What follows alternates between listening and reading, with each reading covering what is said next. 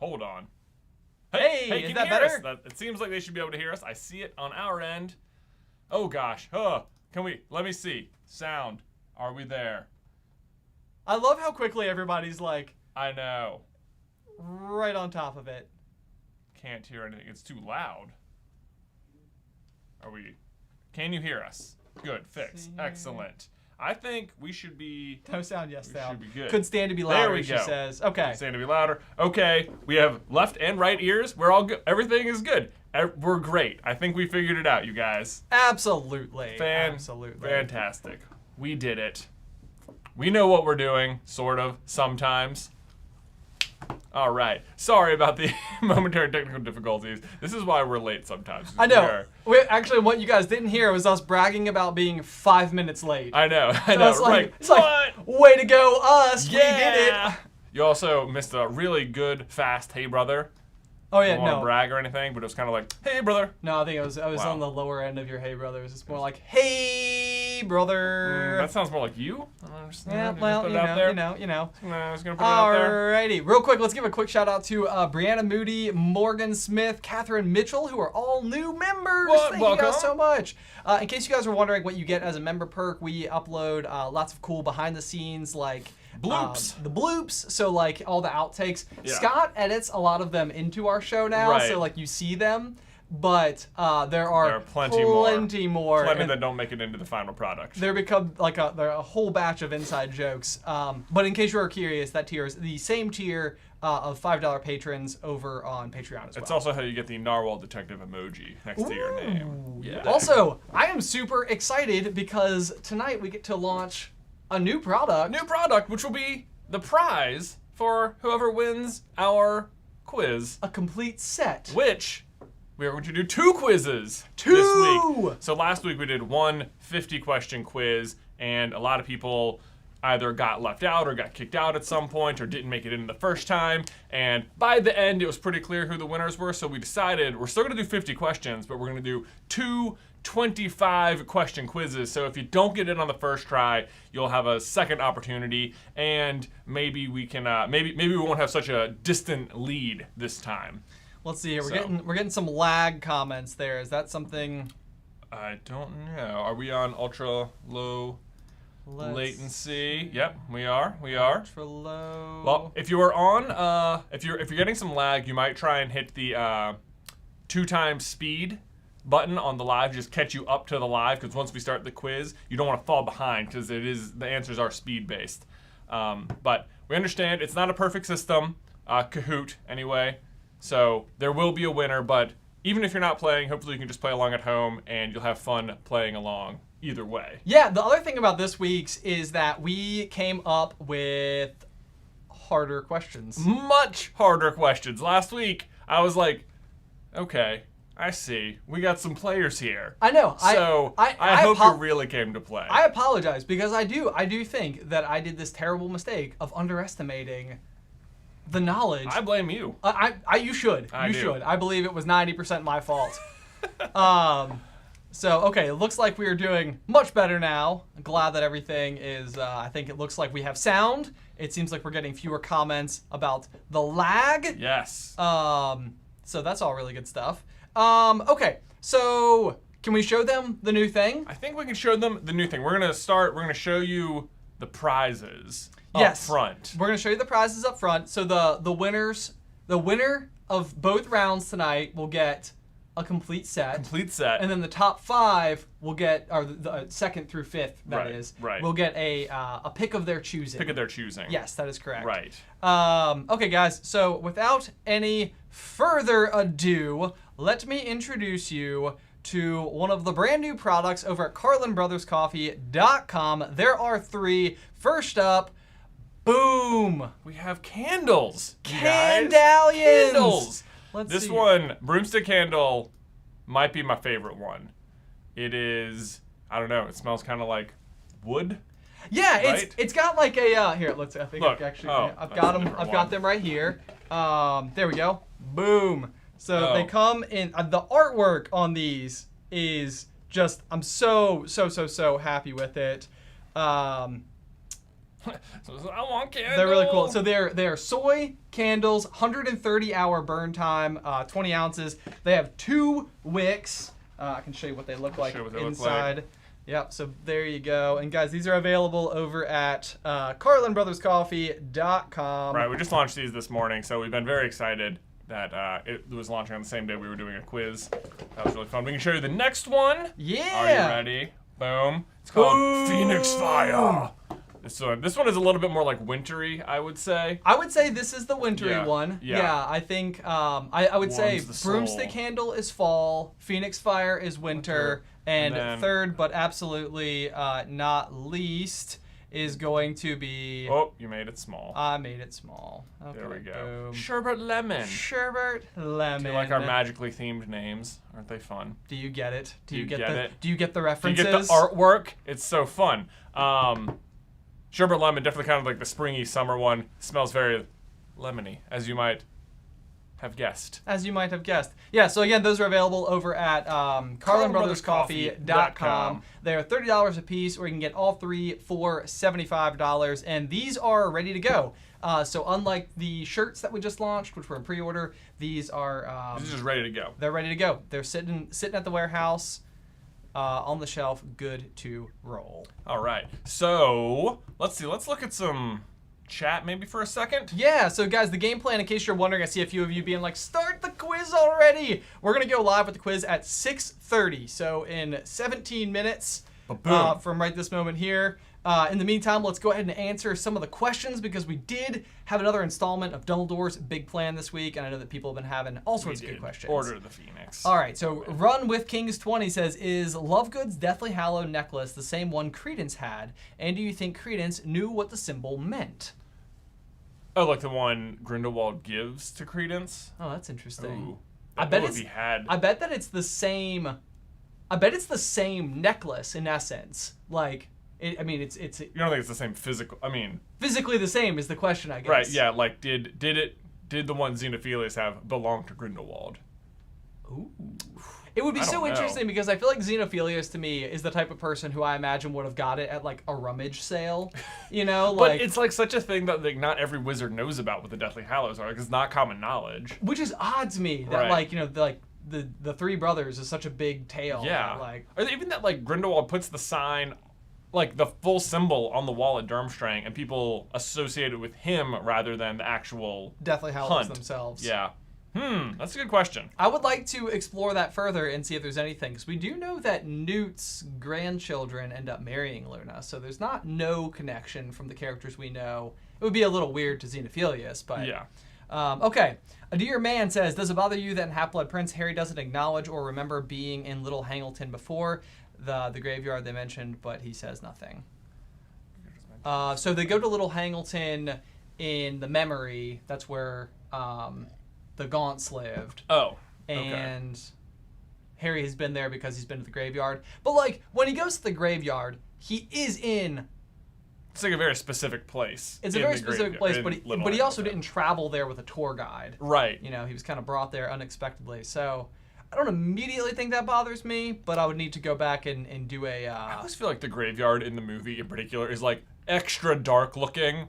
Like, I don't know. Most of the graveyards or cemeteries I've been to have been like very nice and well landscaped and are not like intentionally creepy. Oh yeah. In the way this one is, it looks like I don't know. It looks like such a dark place. Like Tom Riddle Sr.'s gravestone has like the Grim Reaper on it. Right. It's like well, he was a pretty normal dude. And he seemed pretty normal and pretty wealthy, right? Like maybe he was just really into death. Yeah. I don't know. Yeah. There you go. Of course, I don't know. Maybe it's not like that I don't think it's like that in the book, but. Brittany Hieronymus, hey brother, does it sometimes upset you the actors that played the characters aren't excited or love the story as much as all of us? I mean, yes. When it comes to like Dumbledore, certainly. Dumbledore is the one that obviously stands out the most because like doesn't understand the like essence of the character. Right, like he's this like pleasant, polite. Right, like person. he gets agitated and frustrated and flustered and like yeah.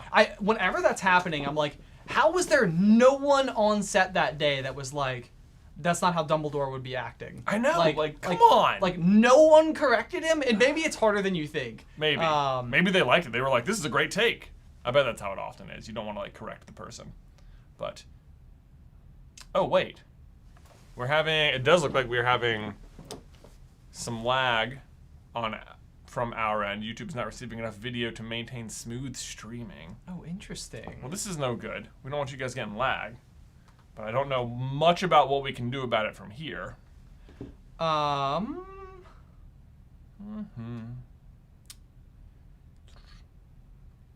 wonder, stream. Hang on just one second, guys. We're going to try to see if we can't figure out how to clean this up a little bit. A couple people said if you lag, refresh. No, lag is fine. Okay, beautiful. Let's carry on as if everything's fine, because that's how, you know. Because I don't know what else we could do. That's right. Let's see here. This says, why didn't a phoenix ever appear for Ariana? That is, I don't know. Who's to say it didn't? Who's to say it didn't? Well, and the other thing is, I think there's still a lot to be said about that particular story. Yes. And I think maybe the circumstances specifically surrounding what would require, or, you know, like, allow a phoenix to arrive. Because even under Credence's circumstances, like, it doesn't arrive to save the day. It, like, almost arrives to be, like, a small companion as, like, a chick. He says, like, it'll arrive to a Dumbledore in need, but, like, Credence is standing there in this nice palace, completely calm. He's not exactly in need at that moment. Right. If anything, he like has his allegiance pled to the person in front of him. So yeah. Marvell says, "Will you guys have a cameo on the Founders series?" Oh, yeah, absolutely. For sure. I would say every season at least. There's got to be like you and I like bickering about something, right? And, like just like as people are walking by. He'd have like dumb questions about magic. Yeah. Guts and Glam, do you watch Just Josie Joe? She did a Harry Potter quiz last weekend, and I binged all of your trivia videos. Oh, no. We'll have to check out Just Josie Joe. We will. Good suggestion. Tommy Smith, if Harry wasn't Slytherin, Hermione, Ravenclaw, and Ron and Hufflepuff, would they still be the Golden Trio? I mean, probably? I don't know. I mean, I don't think they could ever have not been in the houses they ended up in. I know. I feel like that's so critical to it. But it would. I think a lot of it would depend on,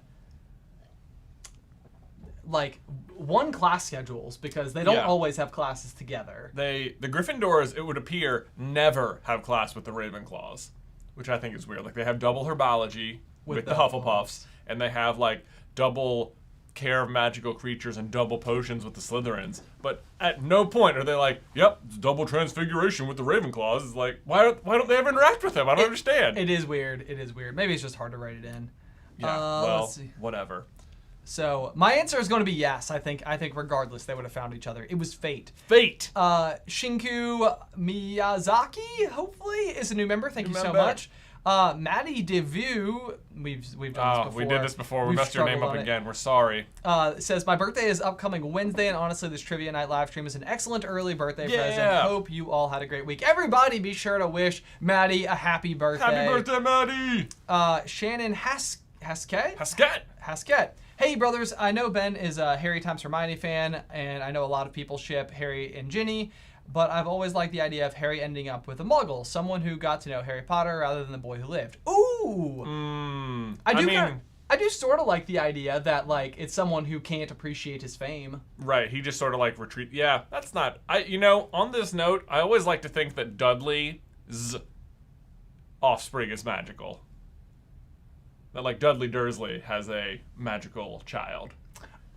Wouldn't that be fun? That would be fun. Like little Daisy Dursley heading off to Hogwarts. I feel like there is like an aftermath with Dudley that she explains where it's kind of like they are like polite with one another. Yeah. But I almost wish that they go on to like legitimately become friends in adulthood, because I don't think Dudley's actions are as irredeemable as Petunia and because he's just like parroting his parents. He's parroting his parents. He's a kid. Yeah. Like, kids are mean sometimes. I'm sure as a kid I was mean sometimes. Yeah. So I like the idea that like the whole Dementor attack like changes him to become like a better person. Yes. Not just tolerable. A couple new members, Mei Truong and Randy Tucker. Elvish Presley. Ooh, fun name.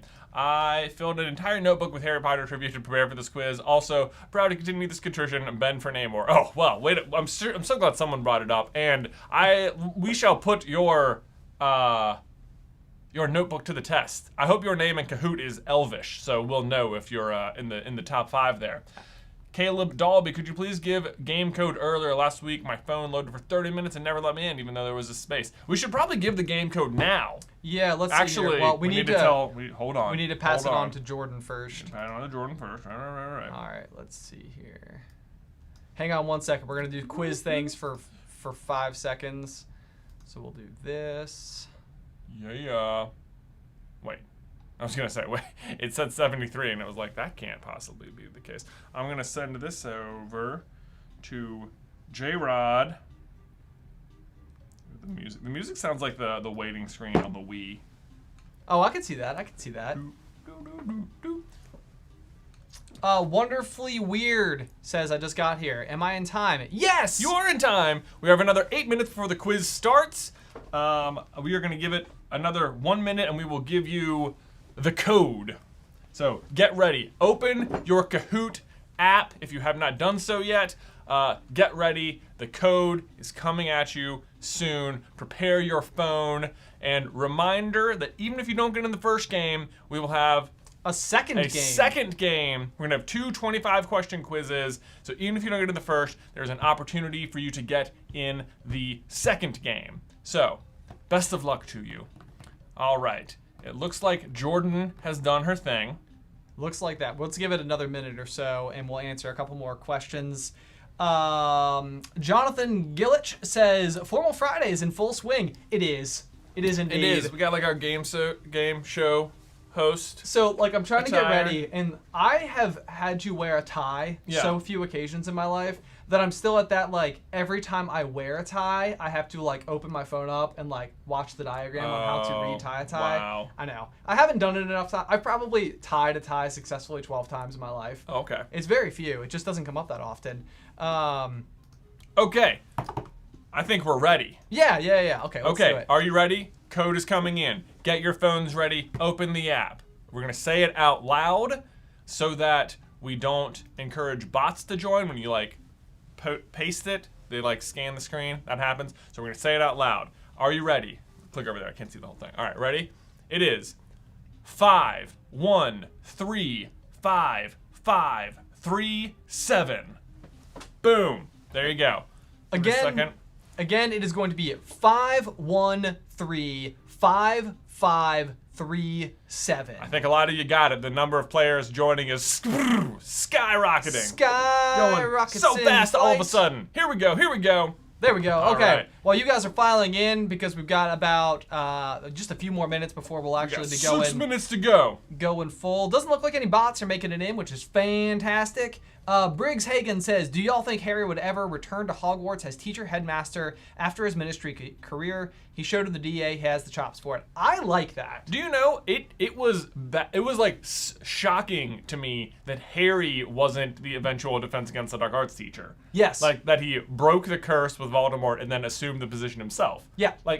It's such a position throughout the whole series. Seems like his destiny. I almost even feel like the whole idea of Auror is kind of the Cho Chang of like career prospects. Right. It was like because it was suggested by a Death Eater. It's suggested by a Death Eater, and it seems like the type of thing that he should have like ultimately like graduated from. And in this sense, even working for the Ministry feels like kind of icky for me for Harry. Like he doesn't feel like someone who shows up to the Ministry of Magic every day. It does not. I don't like it, Cursed Child. Yeah. Dumb. Anyway, okay. Anissa Topolina says, will y'all do a whole vid on Barty Crouch Jr. and his house? Oh, is he not in Slytherin? Fascinating. I don't know what house he's in. I just assumed. I would have assumed perhaps Slytherin. wrong. Yeah. Okay. But man. Mika Rosen says, if you had one day to spend at Hogwarts in an exchange program, what would you do and why? I actually think I would love potions. You think so? I think so. But so if you're in an exchange program, probably your school has potions. Oh, you mean like I'm already going to a wizarding school? Right, you're at a different wizarding school. Oh. Then I go to the Forbidden Forest. You're to the Forbidden Forest. Forbidden Forest. Ah. We don't have centaurs in our land. I see. I feel like I'd really just end up spending most of my time in like Hogsmeade or something. Hogsmeade. Right? Like if you have one, I don't know. It's like here's the castle, cool. I'm not gonna like take classes or something. Not Probably. gonna spend my it day. I spend it in the Great Hall eating the food. Getting education. That's right. Guts and Glam says, "How dapper." Thank you. Thank you. Thank you. Means a lot. New members: Joseph Hermans, Aaron Rathbun, and we have a question from Josh Lowry. Quick, hey brother. John. I'm sorry. John Lowry. Wow. Get it right, John man. Lowry. Regarding the founders, do you think they chose the animals of the house because that is what each founder's Patronus was? Ooh, man, that's a good question. How do they land on each? Obviously, Slytherin is a snake because he can talk to snakes. Right. That one feels. Yeah, that one doesn't feel like Yeah. it needs to be written so much as the others. I do think it would be interesting to, especially give the origin story for the eagle. Yeah. Like almost even if the other people are like, really? Yeah, like it's constantly a joke. Really? Yeah. Although I do actually think I have a reason in my mind okay, why good. I think That's that fun. it's not. Yeah. Okay. Andre Star Larico maybe is a new member. Thank you so much. Jonathan Gillich. Formal Friday. Oh, whoops. Hang on a second. Full swing pop. No, it's just another person. Oh, Formal Friday in full swing. Pop pop. Pop. Let's see here. The quiz looks like it's pretty much at cap. I think so. I think we've reached capacity. If not, let's read the code out one more time, just in case. Okay, yeah, just in case. In case you're signing up late, the code is going to be 5135537. Boom. There you go. Do you ever feel like when you're reading like your telephone number in a voicemail or like your credit card over the phone or something, you like start to enunciate like with really like a different kind of like voice altogether? You really need to pronounce all of your words very carefully. Yes, exactly. Yes. Oh boy, here we go. We are just 2 minutes out. Let's show our prizes again before we start. Okay, guys. So yeah, here we go. Here we go. Yep. All right. So the winners of tonight's quizzes are gonna get a full set of our brand newly launched candles over on Carlin Brothers Coffee. We've got broomstick handle. This is Phoenix Fire. And we've got Sherbet Lemon. Oh yeah. Very excited. And again, guys, they're soy candles. They have a 130-hour burn time. They're hand poured in the United States of America. And for every order that happens on CarlinBrothersCoffee.com, whether it's coffee or tea or mugs or whatever, we also donate a meal to the Faya Foundation. We do. Yeah. We do, absolutely. So, and they like feed people all around the world. Okay, so I think a bunch of people are saying that they're stuck on the checking names. So I believe that what happens there is probably the room filled up. Yeah, I think. And that is making it so that like it is attempting to like process you, but you are unable to get in. But don't forget, we are going to be doing another round right after this one. Right. So both rounds are 25 questions apiece. They are hard. So good luck. Good luck. Ready. Okay, Get so ready. I think we can go ahead and. I think so. Let's pull up the Kahoot screen. The Kahoot. Boom. There we are. All right, you guys. Oh boy. Let's see if we can pop our. The quiz is about to begin. Who's excited? Who's excited? This is again. Maybe I was writing it and I was like, these are way harder, but maybe they're not. I know. I had the same thing. I quizzed Alice on a few of them before I left the house, and she was like, "Ooh, that's a good question." And I was like, "Excellent. Okay. Excellent. So, if you guys are getting checking nickname, please stick around for the next wave. Right. And don't forget, you can still play along at home, even if you're not like on the game. You can still like keep track on yourself. You can tweet us how you're doing with hashtag Kahoot with the Carlins. Yeah, and with Kahoot with the Carlins, that hashtag, we do go and pick 10 people from the night who just posted about it to win some kind of other special SCB merch. Right. So if you guys are unable to get into the actual Kahoot and you still want to be competing for something, keep track of your score, even if it's tallies on paper, use the hashtag Kahoot with the Carlins, and we will track you down. Yeah. All right, guys, here we go. It is 6:30. Quiz time! Let's do it. Yeah. Ooh, look at the screen. This is nice. This is a new touch. Was this your last week? I don't know. Question 1. Oh. Ron is missing 2 chocolate frog cards, Agrippa and blank. Is it Ptolemy, Euclid, wow, I can't talk. Copernicus, thank you, or Pythagoras. There we go. These are gonna, the questions should progress in order of the books. So this is a question from Philosopher's Stone. Hint, I guess. Maybe not, but. Yeah. This one, whenever they read Agrippa, I always thought he was saying, like, because I listen to the books rather than, like, physically read them. So it always sounds like he's saying, I'm missing a Grippa. A space Grippa. A space Grippa. And, like, I remember one day trying to figure out, like, who is Grippa? It's like, Agrippa. Agrippa. Yeah. Who is Agrippa? Yeah, I don't know. Oh, okay. Does anybody in the chat know? I'm sure. They must. Oh, in case anybody's wondering, Voldemort is always a backup answer. Yes. Yeah, it's not available on the Kahoot, but like if it really comes down to it. Some people are guessing Voldemort. Of course. All right, let's see how you guys did on question 1. Oh, there we go. Okay. Definitely a little harder than last week, I think. But we still got 805. We saw it was the most correctly guessed answer. Okay, and then we get like a new... Look at this. Raven Eagle. Were they here last week? Well, there was a Raven Eagle, but this is Raven Eagle. Raven Eagle, and then we've got Coop, Oddy Powder, Reese, and Engineered. All right. That's a good one. It's a long quiz. When I was a kid, Dad called me Bengineer. Bengineer, there you go. How does the boa constrictor first communicate with Harry? Is it by winking, nodding, hissing, or shaking its tail? Ooh. Yeah. Came across this one and I was like, okay. I was like combing through the books today, or the past couple of days, trying to find. Oh my gosh, I know. It's like tough questions. I would say the hardest part about putting these questions together is making up the wrong answers. Oh, I know. It's like, I'm like, wow, teachers from high school, I'm so impressed with you retroactively. Right? Unless maybe like someone gave them the test. Yeah. Maybe? I don't know. It was amazing to me, my wife, Beth, who was a teacher, came down and helped me come up with a few questions, and she would just like, ooh, here's one, ooh, here's one, ooh, here's one. I was like, man, you are way faster at this than me. Dang, it's so funny that that's like a skill. I know. You must pick it up over time. Yes. You have to flex her dormant teacher muscles. Here we go. Someone says he says Voldemort. That's a good point. Yeah. Why wouldn't he? Why wouldn't he? I mean, first thing out of his mind. Someone said twerking. Good guess. I mean, you got to do something. There we go. All right, and the answer is winking. Woo woo! Oh boy, but look at that. Almost half wrong. There we go. Let's see. Let's see. Ooh, everyone. Oh no, Raven Eagle. Lord Stayed at the top. Jeff, Samuel Copeland, and Megan. There we go. Sitting on top of the leaderboard. Up 1,500 places. Rose Granger is the highest climber. All right. The reason we have 2 times points is because we were trying to make it a little more competitive, so you don't get as high a streak. Oh, okay. Points, and so that's what you get with that. Question number 3.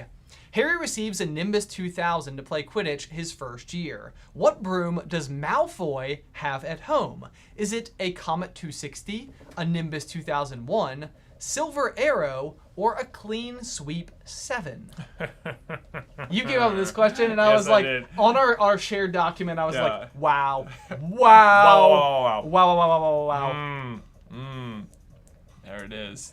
Someone asked, Jaderfleur08 said, what made you start Carlin Brothers Coffee other than your love for coffee? It was like one of these right place, right time, right people moments where we were like in a room with the guy who owns the roastery, and he was just basically like, it was like, hey, he could help you start your own coffee brand. And we were like, what? Like, is that a real thing that we can just do over this conversation? He like happened to used to be one of like the founding members of one of like an MCN that no longer exists anymore. Yeah, was so it Defy or I don't know. It was one of them that I think it was bought by. Well, I don't know. Yeah, it doesn't matter. But so it was like he understood the world of YouTube, was very into it. Oh, look at you guys, so smart. Go. I thought I was really gonna trip people up with the Nimbus 2001. But no. That's impressive. The Silver Arrow is what Madam Hooch used to ride. Ooh. Yeah. Good fun fact. Look at you guys. All right, let's see how you guys did. Raven Eagle and Lauren B. At the top there, at the top. And then we have Natalie has the highest answer streak of 3. That can't be, well, many of you must have the highest answer streak of 3 because we're only 3 in. Someone asked there if we ever watched Doctor Who. Oh. No, I so far I've never been able to get into it. Nope, here we go. All right, question 4. Quirrell's protection for the stone was solved by the time the Golden Trio reached it. What was the protection? Was it a boggart, an acromantula, a mountain troll, or a vampire? I think this is okay. It's like I mean, if you know, you know. If you know, you know. It might be. It's because they don't have to spend much time on it. You might have just skipped over it. And that's why I thought it was fun. It was kind of like, because you almost think that he didn't have one, but he did. It was just pre-tackled. Right, because he went through it first. Yeah, just not resettable. Right, exactly. Exactly. It was, in fact, Voldemort. Someone said, did you watch Tiger King? I did. I have not watched Tiger King. You have not watched Tiger King? I was just talking to somebody about it today. I feel like I'm going to have to cave. Oh, boy. I mean, at this point in the quarantine, you know. S. West. Here's a shout out for you, man. There you go. Swest. Swest. Swest. Or is it Southwest? Maybe. Hard to say, really. All right, you here guys. We go. We have 2 seconds left. This one feels more answerable to me. Let's see. Oh, everyone knows. Everyone we didn't fool anyone on this one. A mountain troll. Very good. Very good. Mountain troll. Okay. Herbs McGee. Herbs McGee. Herbs McGee climbed into that top 5 there. Congratulations, Herbs. Alrighty. Well done. Well done. Well done. You? Yep. Okay. Question number 5. Which of the following is not a book written by Gilderoy Lockhart? Is it Gabbing with Ghosts, Wandering with Werewolves, Voyages with Vampires, or Break with the Banshee? They are all so convincing. They are. They well, are. I guess 3 of them are. 3 of them are legit. So 3 of them are. I would say that the 4th one is the 4th convincing. one. It's very sneaky. It's sneaky. Or Let's what would see. be a Memorial Day with Voldemort? Right? We should have done a Voldemort. We should have done the answer in Voldemort. here. That would have been funny. That would have been funny. Oh boy. It's again in the chat. It's so fun. Lots of people either trolling or like believing the wrong answer. I know, it's so interesting, You know? but there's no way to know. I know. And even if you confronted them about it, They would it would be impossible to know. they Like, would- no, I they- was trolling. I was absolutely. I didn't believe that the wrong I was answer. Correct. toying with trolls. Exactly. Travels with trolls, isn't it? Yeah, It was the actual one. Well, You know. but anyway. It's not one of the options, so All we'll right. never know. It was Gabbing with Ghosts. The Gabbing. actual book is Gadding with Ghouls. Ooh, okay, Yeah, there it okay. is. Let's Let's see, see how how did you our guys top did. 5 do? Oh, Raven Eagle falling off, making way for Yensid. And 206 players have reached the Yensid end. is Disney backwards. I got it. Clever. Sneaky Yensid. All right, question number 6. What is Mr. Weasley's punishment for bewitching a Muggle car? Is it extra hours in the filing room, suspended from work for a week, a 50 galleon fine, or he's forced to work the night shift for a week? So, this is one that Beth found. I have to give credit to her for this one. Man, it's impressive. know. I think I know, Yeah? but I actually don't know that I know this one right off the gate. All right. So all right. well done, Beth. Sneaky. Yeah, y'all can all thank my wife for this question. She's all over it. Here's the visit Voldemort. That's the punishment. That's like, someone's got sorry, to. yeah, right. Like, you're gonna have to spend a week on the train with Moldy. That's the real thing, is that he's like kept somewhere and people have to go like endure. It's like someone's got to go talk to him, but no one wants I know, to. like, he's so good at driving that train, but man, I don't like when I have to go check in with him. Just don't get him started on steam engines. You'll be there all day. All day. But so will you, Arthur, because you like punishment. Yeah, so. well, someone's... Yeah. Exactly. All right, and the answer is a 50 galleon fine. That is what I would have guessed. Yep. That is what I would have but guessed. a lot of people seem to think it was to force to work the night shift for a week. Man, honestly, the 50 galleon fine, when you know how poor the Weasleys are, does sound pretty rough. It does, considering... Like, they had to, like, scrape the back. There was a single galleon in there. That year, right? Yeah, I think so. So that's like, that put them That's dead. pretty... Whew. Okay, how'd you guys do? Oh. Little bit of change. There we Valdy go. gone moldy. Moldy gone moldy. Love our it. very own Moldivort. All right, let's see here. Question number 7. Who made fun of Moaning Myrtles' glasses? Was it Nanette Desford, Olive Hornby, Maria Glossop, or Tom Riddle? Or is it Rom Tittle? Or is it Runo Waslib? Runal Waslib. I know what a nickname is, Potter. You know Moldivort did. Whenever he saw Myrtle, he would just been like, "What's up, Four Eyes?" Oh man. You could never conduct a train. Like, you need perfect vision to conduct a train, Myrtle. Like, no one wants to conduct a train. Yeah, his like pure blood beliefs circle around vision. Like it's like are you 2020 or what? Yeah. Let's hear it. Mm-hmm. Can you read this from that far away? Didn't think so. Didn't think so. Didn't think so. Myrtle.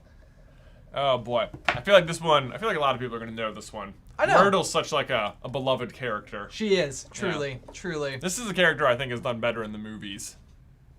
It's like I think it's very exaggerated in the movies. Sure. Olive Hornby is of course the correct answer. And then she haunts her for the rest of her days. Yep. Horsey Guy 102 making it in to the standings. I'm really just excited for A. A? Yeah, look at that. Lauren B doing pretty good. Question 8.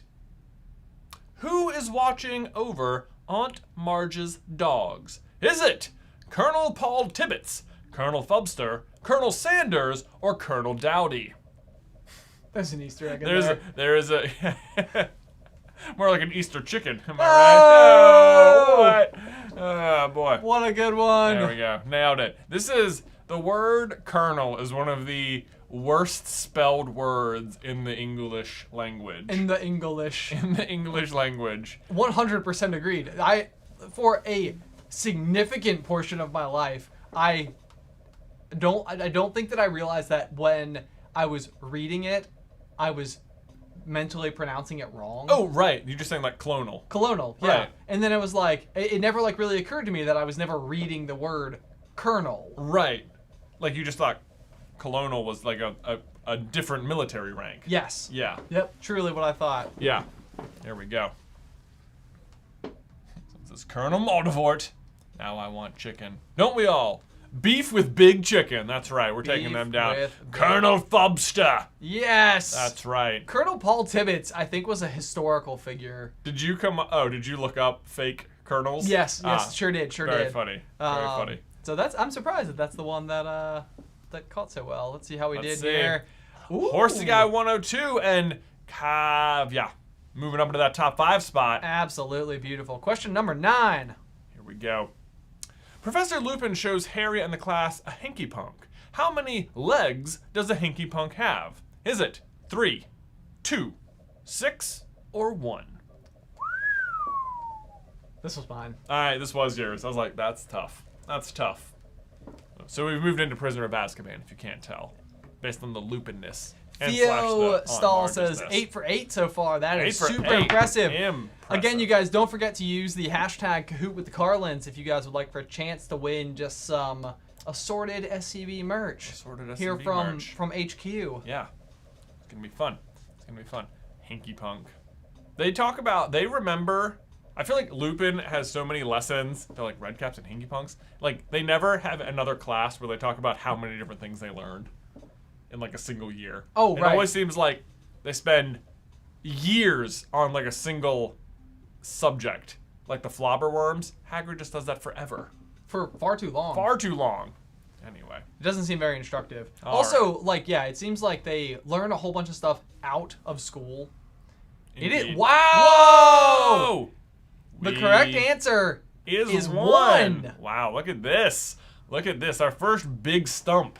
Nice. First big stump. Nice. Okay, Man, let's see how we did. The leaderboard changes a lot. Man. 4 of the top 5 fell off. Welcome, Shri, Mythology 216, Rita, and Robellion. Lauren B staying strong at the top. Well done, Lauren B. Well done. Oh, man. Well done, you guys. Okay, let's see here. But look out, Macho Nacho, 3 in a row. All right, question number 10. What does Hagrid say killed the flobberworms? Wow, I almost just gave this one away. Was it too much lettuce, eaten by bowtruckles, they froze in the cold, or he sat on them? That's what it sounded like. It really seems like it would be just in Survivor when they have to eat like these larvae. Yeah. That is what I imagine flobberworms to look like exactly. Do you think you could do the gross eating challenges in Survivor? Ooh, I really don't. I think I would have no problem at all. No problem at all. It would be such an adrenaline rush, and I would just be like, it does not matter what you pick up, what I have to look at. As soon as you show it to me, I'm just gonna pick it up and put it down and not worry about it. Right. I mean, that would be the strategy. Is like, but if I had to chew it, that's the thing. You just swallow. Just like that. Just Oh. like that. Oh. How would you guys do? Question for everybody on Survivor eating challenges. They don't do them very much anymore. The season that I just watched, which was season 36. Oh, okay. They did. Okay, so it hasn't been forgotten. My favorite's the auction. It seems like that one's gone away. Does it come back? The answer is too much lettuce. Too much lechuga. Maybe one of the worst ways to die. Too much lettuce. I know, that's really sad, honestly. Really kind of embarrassing for Let's see how worms. you guys did. Oh, no, Lauren B! Oh, no! What happened? Oh my gosh, well, welcome. Now we have Shree, Mythology, Rita, Robellion, and Charlie Cluckley. Charlie Cluckley. Alrighty. Here we go. Question number 11. Harry first encounters Sirius in dog form on the same street that Dementors attack him and Dudley. What is that street? Is it Privet Drive, Juniper Lane, Magnolia Crescent, or Willow Way? This is like connects books 3 and 5 then. It does. Yeah. It does. Not bad. This is a Ben question. It is. I've always thought this was an unexpectedly eventful street. Right? It's like, How I about wonder if it? there's something to that. Well, the thing that I learned, and as I was coming up with some of these answers, is that even like the word privet is a kind of shrub. Oh. Which I did not know. Oh, that's interesting. So. So they're all sort of like. They're all sort of like a type of foliage you may have in your front garden. I guess the neighborhoods do that a lot. They do. They They'll, do. like, yes. choose a theme. Right, and then everything is sort of like revolving around that. Like our high school neighborhood was all trees. Yes, the high school, everything was, or it was the birds. Was it birds? I think it was birds. Maybe it was birds. What is a chaparral? A chaparral is like a group of something, I think. Oh, okay. I don't know. Okay. That was the main road, though. You guys got it right. It's Magnolia Crescent. Boom! Well done. Well done. I'm somewhat surprised. Look at that. No one was fooled barely by Privet Drive. Impressive. Impressive. Here we go. All right, let's see how you guys did here on the leaderboard. Rebellion. Moving up one slot over Alita, and 69 players have hit an answer streak of 3. Lauren B, nowhere to be seen. Nice. Okay.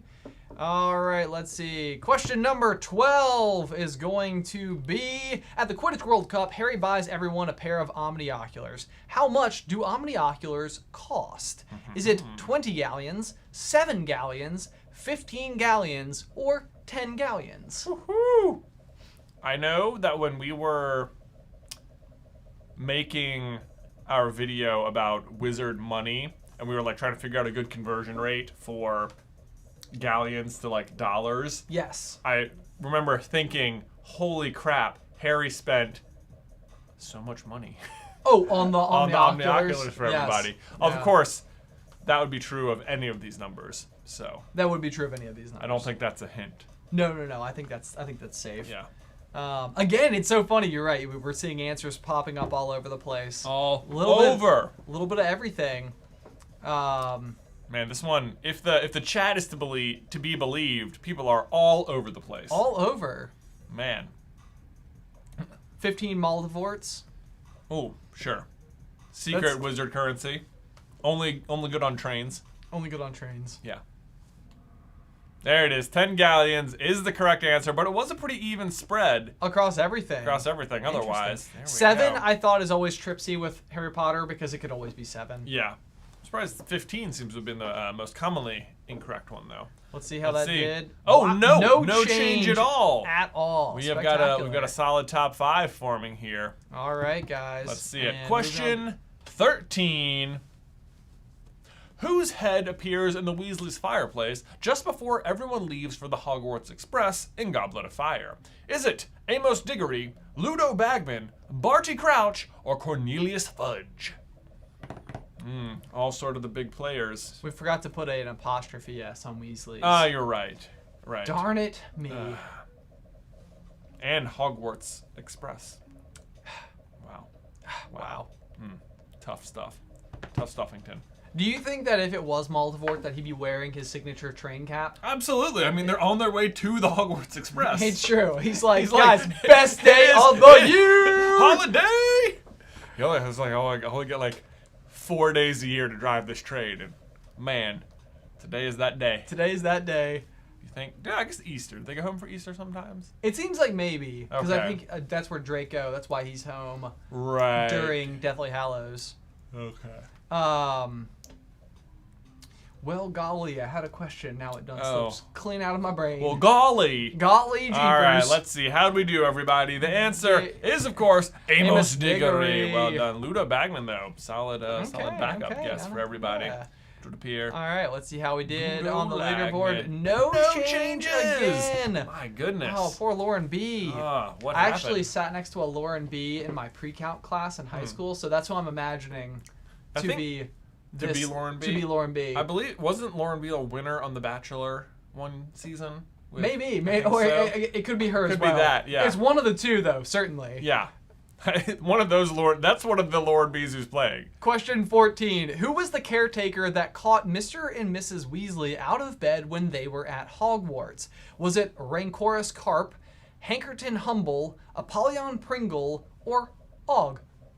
We also have a little typo there. An itsy-bitsy typo. Who was the caretaker that caught? The caught. That caught. Also, we have to give a quick shout out to Jordan, Yeah. who is our office manager, for making sure that everything was successfully put into the quiz for this evening. She does just an enormous amount of work behind the scenes so that this goes so smoothly. Right. Also, I have seen several people asking if we could increase the capacity. We are using and paying for the highest capacity that Kahoot offers. So we would love for it to be more. However, we have been unable to successfully accomplish that. Possible we need a different platform to do this on. However, as Ben said, we are already paying for this service at the maximum amount. So we're going to be using this one. For a beat. For a beat. All right, how did you guys do? Did you know that the caretaker that caught Mr. and Mrs. Weasley out of bed was Apollyon Pringle? Wow, this is like one that was in one of the J vs. Ben episodes. Yeah. That you totally knew and I did not. Apollyon Although, Pringle. fun fact, Rancorous Carp and Hankerton Humble, also other caretakers of Hogwarts. Wow, Yeah. very well done. Mm-hmm. Okay. Let's see how you guys do. Ooh, Oh, a little bit of a change little up. bit of movement. All right, all We right. have Tree at the top and Rebellion, Rita, Onerva, and Mythology 216. All right, well congratulations, done, you everybody. guys. All right, question 15.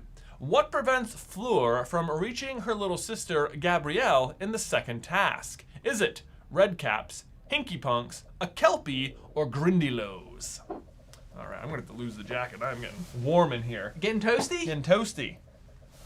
Sorry, folks. Put this over here. Someone said Maldvort. Maldvort knows what a Maldy does. He was just down in the lake. What was he doing down there? I so wish they had better ways to...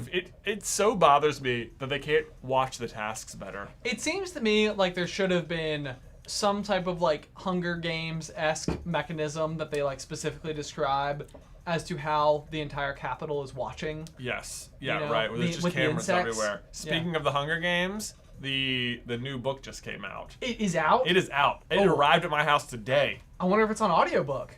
Probably. I'd like to listen to it this weekend. I have been listening. I'm going to make a whole bunch of people happy, I think, to Percy Jackson all week. What? Yeah! No way! On my second pass. There you go. It is the Grindylows. The Grindylows. Very One of the good, very things good. that always drives me crazy is in the movies, Hermione's the one who says it. She says, Fleur couldn't get past the Grindylows. And it's like, why did Emma Watson choose a French accent for describing a French character? Yeah. It's such an odd... I think it's accidental. I think they chose the wrong take. Or they only filmed one. That's what I'm always like, why did she say it? It's a Grindylow. Yeah, is she mocking Fleur in this situation? I don't think so. This is the terrible thing they do to Hermione in the movies, is they just make her the beacon of all knowledge. And so many things Ron is supposed to inform Harry and Hermione about in the books, they just give to Hermione instead. She's like, oh, it's a smart thing. Hermione says it. Oh, yeah. But it's oh, it drives me crazy. It's a problem. All right, Take away question so much from Ron. number 16. Who was the final Echo to emerge from Voldemort's wand when he duels Harry in the graveyard? Is it James Potter, Lily Potter, Bertha Jorkins, or Cedric Diggory? Think carefully. Do you know the order in which this happens? Do you know the order? Yes. It's if you know the order, it's not that bad. If you don't, you might get it wrong. You might. I don't know. We'll see. We'll see. We'll see. Oh boy. Yeah, Yes. a bunch of people saying Percy Jackson videos. This would have been a great Voldemort thing because it's like his wand, Voldemort's wand is like reversing spells. You're right. Yeah. We should have been more clever with when we injected Voldemort into our quiz. No. I'm pretty happy with the way it happened. Yeah. Yeah. I don't know Okay. if you saw when and where I did it. When and where. When and where. When and where. I heard you loud and clear. Okay. There it is. Just finished Goblet. Someone says, I misclicked! Oh no! Was it Lauren B? Was it? Oh, it only takes one misclick. Former winner of The Bachelor. Oh, look at this. Who are we tripping people up with? Cedric did, so people were remembering the order wrong. Yeah. So Cedric comes out first because he's the most recent death. Yep. So that's very understandable. Yep. Let's see how do we do. Oh, White Squirrel! White Squirrel is back! And Scroll. Wow, and Scroll. Minerva. Okay, here we go. Question 17. Popular Harry Potter theorist Seamus Gorman, a.k.a. Voldemort, loves which of the following? Is it trains? Trains or trains? So, I feel like you guys probably are aware that Voldemort likes trains. Can I still influence people to pick green? Probably. All answers are correct. All answers are correct if you're like freaking out. Yeah. There you go. Also, don't forget to tweet Seamus and let him know that you support his absolute love of model trains and that you hope he gets a new model train soon, that you hope he gets to ride a train again soon. The quarantine's probably not good for trains. No, I bet it's not. Most certainly not. Oh, I didn't influence anybody with... Wow. But a lot of people went for blue. Blue was the most emphatic. Trains! Everyone got it right. Fantastic. But weirdly, people must have been so hesitant. Look at that. Voldigon Moldy hilariously climbs on the question about Voldemort. So fitting. That is. So fitting. And well done to everybody else. Okay, let's see here. Moving on to question number 18. What is the name of the first Gurg of the Giants Hagrid and Madame Maxine speak to? This is submitted by Samantha Brisbane from our Patreon. Yes. Is it Geryon, Golgamath, Carcass, or Argus? Argus? Argus. I think so. So, we have it submitted by Samantha Brisbane. We've reached out to members of the Quizmaster tier of our Patreon to help us come up with some of the quiz questions for this week's quiz because we thought that would be a fun perk for our patrons, and coming up with 50 is a lot. So, thank you, Samantha, for this question. A couple people asking, is there a way to join late? We are about to start round number 2. Each quiz is going to be 25 questions long, each of which will have its own respective winners and everything. So if you did not get into the first one, continue to play along just at home, and then hopefully you can get into the next one. We can take up to 2,000 people, although it does seem like we have a few sort of taper off as the quiz goes on. I'm sure there's people who have dinner to attend to or other such and things, obligations. Yes. How'd we do, people? Caucus. Although, look at this. Golgamath. Oh, Golgamath is the Gurg who takes over after Carcass. There you go. Let's see if we had a change up, and we did! White Squirrel back on the board. Janice, Voldigon Moldy, and Rebellion, and Shri sitting there firmly at the top. Got a nice 1,000-point lead there, Shri. All right, well done. Each question is worth 2,000 points at its maximum. So, if you're just like right away. If you're right away, if that helps you guys at all, and maybe getting a bit more risky with your answer taken. Oh yeah, if you're like falling behind there. All right, let's see. Question 19, who was impressed with Harry for being able to produce a corporeal Patronus during his hearing? Was it Dolores Umbridge, no, Amelia Bones, Emmeline Vance, or Marlene McKinnon? It's not Umbridge. It's certainly not. It was not. It's certainly not. I hope it's 0. Will this be the first time? Oh man, that something gets 0? Someone gets 0. People are like, no, I know it wasn't Umbridge. 100 not. 100 not Umbro.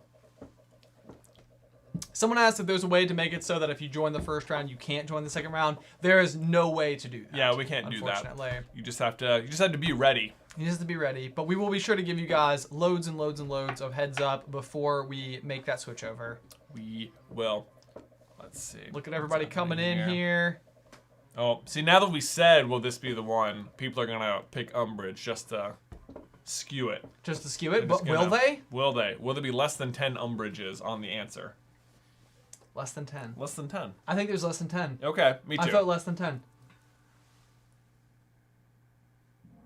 21! Oh, we were wrong! Goodness me! Well, shout out to you, 21 people. Amelia Bones is correct. I always love this moment that she is just so, like, exactly how you want an adult to be in that moment where there's just like, one, this is stupid that we're here anyway, and two, that is so impressive. Way to go! It's just like it's a cool. It like fills my heart. Right. I think as a kid growing up, I always wanted this to like happen, where like an adult was just like proud of me for something. Right. Anyway, how'd you guys do? Oh, a little bit of change just up. A little shift up there with Voldemort, Moaning, and Denise. A little battle for 4th and 5th. Question 20. What color robes did the healers at St. Mungo's wear? Is it white, lime green, bright orange, or deep magenta? This is a question. This is hard. I would not know this. Yeah. Even with multiple choice. Yeah.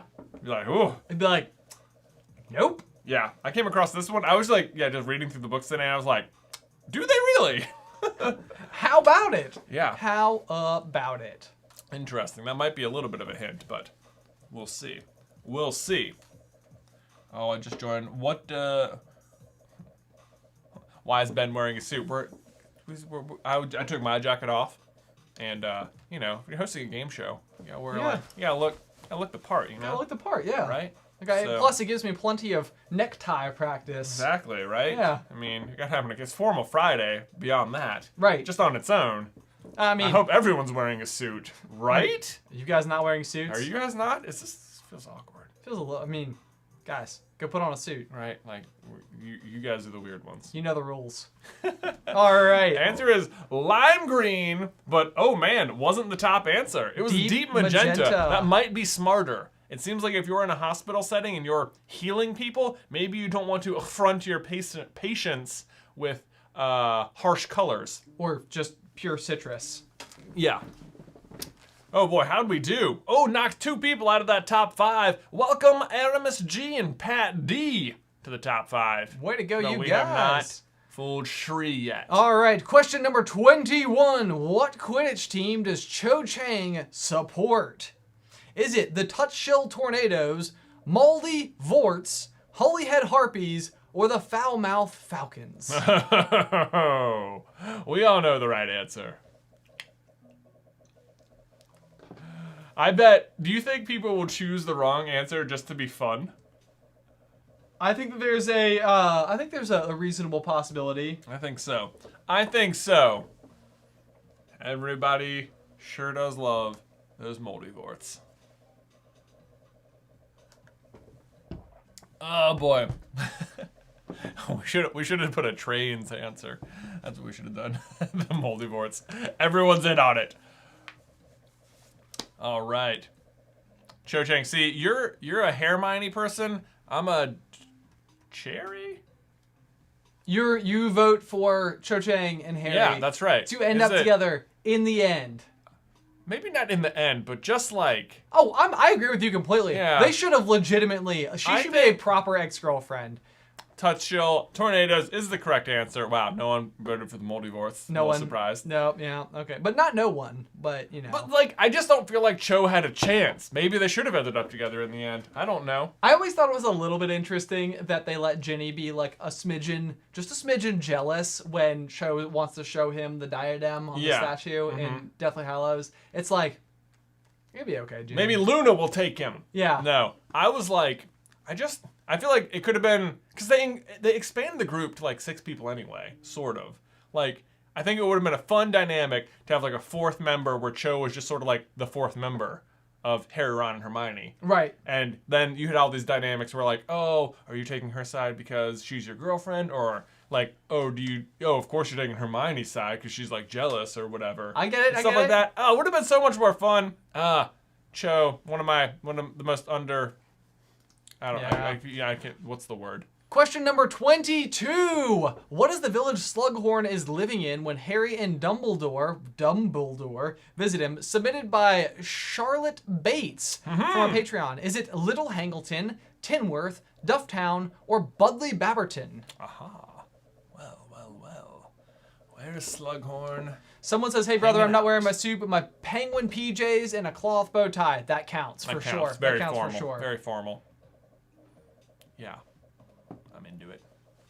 Because they build up Cho for 3 books is the thing, Ben. No, I get it. It's so annoying. It's like a drawn out thing. I always thought it was weird that like her and Cedric were like an item just because they went to the ball together. Right. Like I always thought like that was like a, like they just assume they deliver it as if that's just how it works. Well, I mean, I guess you're supposed to think that like Cedric must have also had a crush on Cho, and this was like his way of like revealing that to her. I guess. Yeah.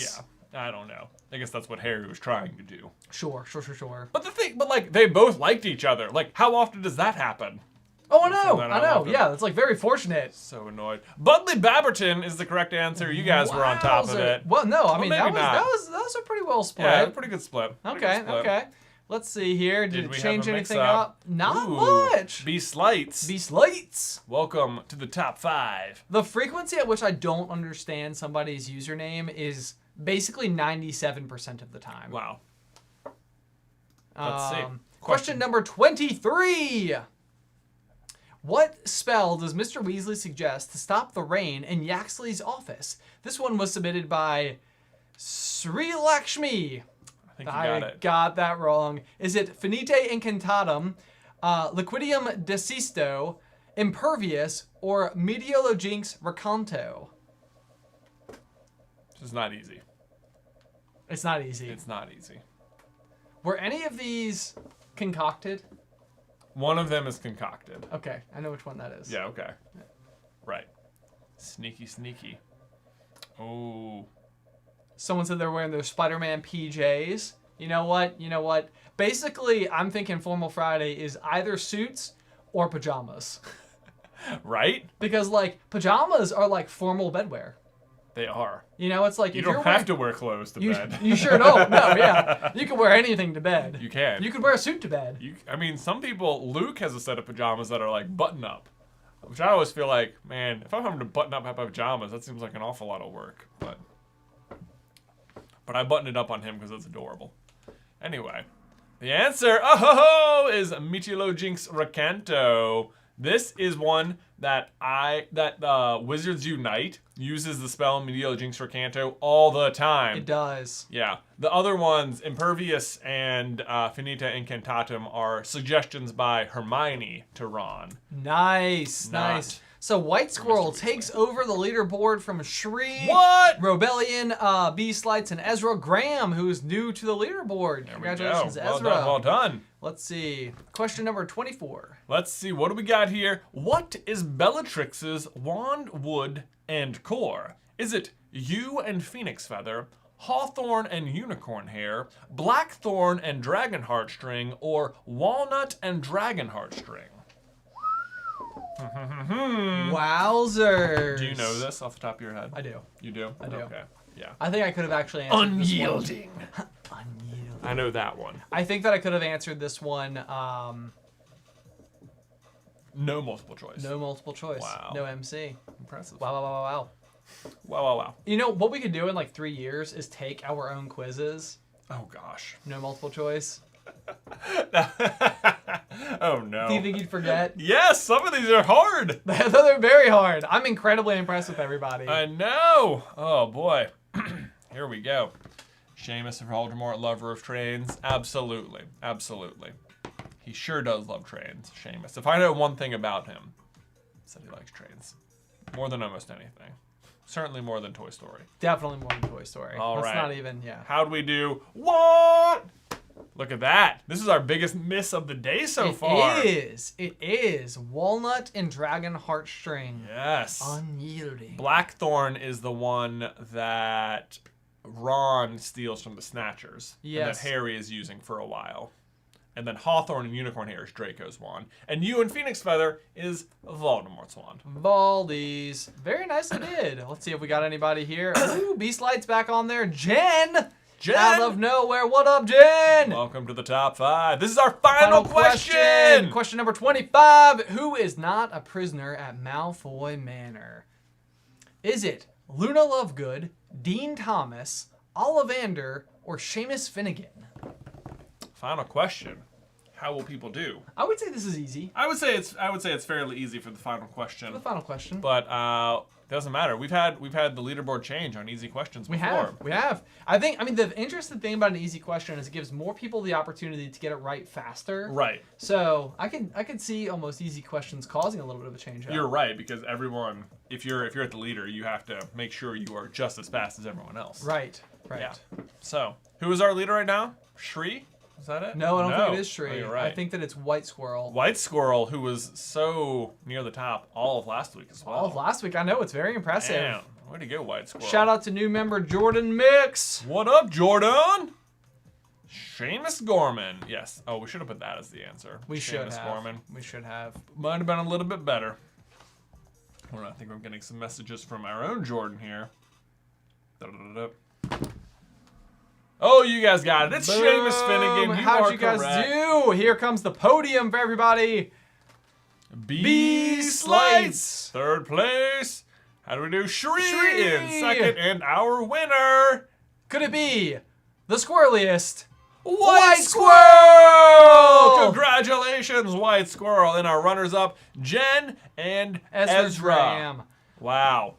Wow. Bravo, everybody. Bravo. Quiz number 1 is done. It's in the books. But we do have another quiz coming up, so hold on for a minute here. We'll announce the next code shortly. Let's show, again, in case, what has White Squirrel won? Yes, White Squirrel, congratulations. You have just won a complete set of the new Carlin Brothers Coffee candles, including the scents Phoenix Fire, Broomstick Handle, and Sherbet Lemon. If I can get it in front of the camera. It's always reversed. And everyone, 2nd through 5th place, you will be, you get to choose one. You get to choose one. Yeah, there you go. Absolutely. And don't forget, if you're playing along at home or you just want to also enter in for like a random drawing, you can just tweet with hashtag Kahoot with the Carlins, and we'll just be choosing completely randomly from everyone who does that.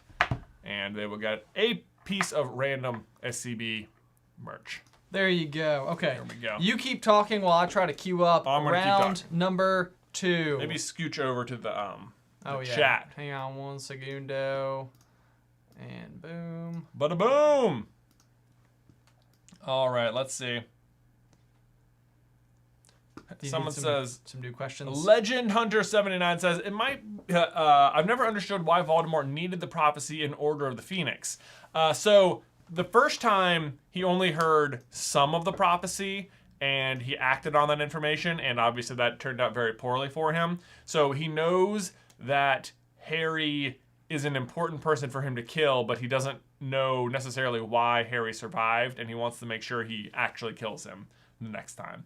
So that is why he is going after it. Of course, he never gets it, so he just resorts to his old plan of attack Harry anyway, which also doesn't work out for him. Crazy Jack's Museum. Crazy Jack, what's up, Crazy Jack? Says, hey guys, it's Jack. Hey, dude. Hey, Jack. Jack is one of our patrons who's on our Google Hangouts, and he is a collector of movie memorabilia, and he has a very cool collection of stuff going on. Desmond Gentle, new member, what's up? Christopher Ray, these streams are my new favorite time of the week. Thank you for joining us, Christopher. Let's see, Taylor Wrestler, can you guys say hi to my little brother Aiden, who loves you and asks my phone to watch your videos all the time? What's up, Aiden? I hope you're watching, hope you're having fun. Good luck on the quizzes. All right, let me scroll. Oh, Testermon, hey brothers, I just graduated college in mechanical engineering and have a great job. Your videos were great to study to. Couldn't have done it without you. Thank you. Dude, congratulations. That's Bravo. Absolutely amazing. Oh my gosh. Glad we could help in any way. Mechanical engineering, probably not a very easy major. Super, super tough. Yeah, no, that's incredibly challenging. One of our best friends did that. Yes. Shannon Davidson said, so would y'all say the candle is too hot to handle? I mean, I wouldn't touch it. It is fire. It is fire. It is fire. How? No yeah. So obviously, candle with caution. Yes, at all candle times. with caution. Of course, yes. But they are very nice smelling. They do, and they actually fill the room incredibly nicely. Incredibly nicely. Quick plug for our Patreon as we continue to do these. One of the perks that the patrons get is early access to the Kahoot code. Right. So if you are desperate to get in, that is one way just to give yourself just a little extra assurance. Moving on to the next question here from Taylor Wright. We have the trio says Voldemort's name while on the run in Deathly Hallows, but it doesn't break the taboo. It's after the cafe scene and before the Snatchers. I think they say inside of Grimmauld Place a lot. Which is protected by the Fidelius Charm. Yeah. So I think even though it breaks some enchantments, it must not be breaking that one. It must not be, the taboo must not be strong enough to do that. But that is why the Death Eaters are like congregating so in such high numbers outside of Grimmauld Place. Right. Yeah. Let's see here. Hydra Heyday says, if you could portray any Harry Potter character in a movie or TV show or founder series, wink wink, who would it be and why? Oh man, who would you want to be? Man, Harry Potter. That's a good question. I know, I've never really thought too much about who I would be. Other than Gilderoy Lockhart, maybe.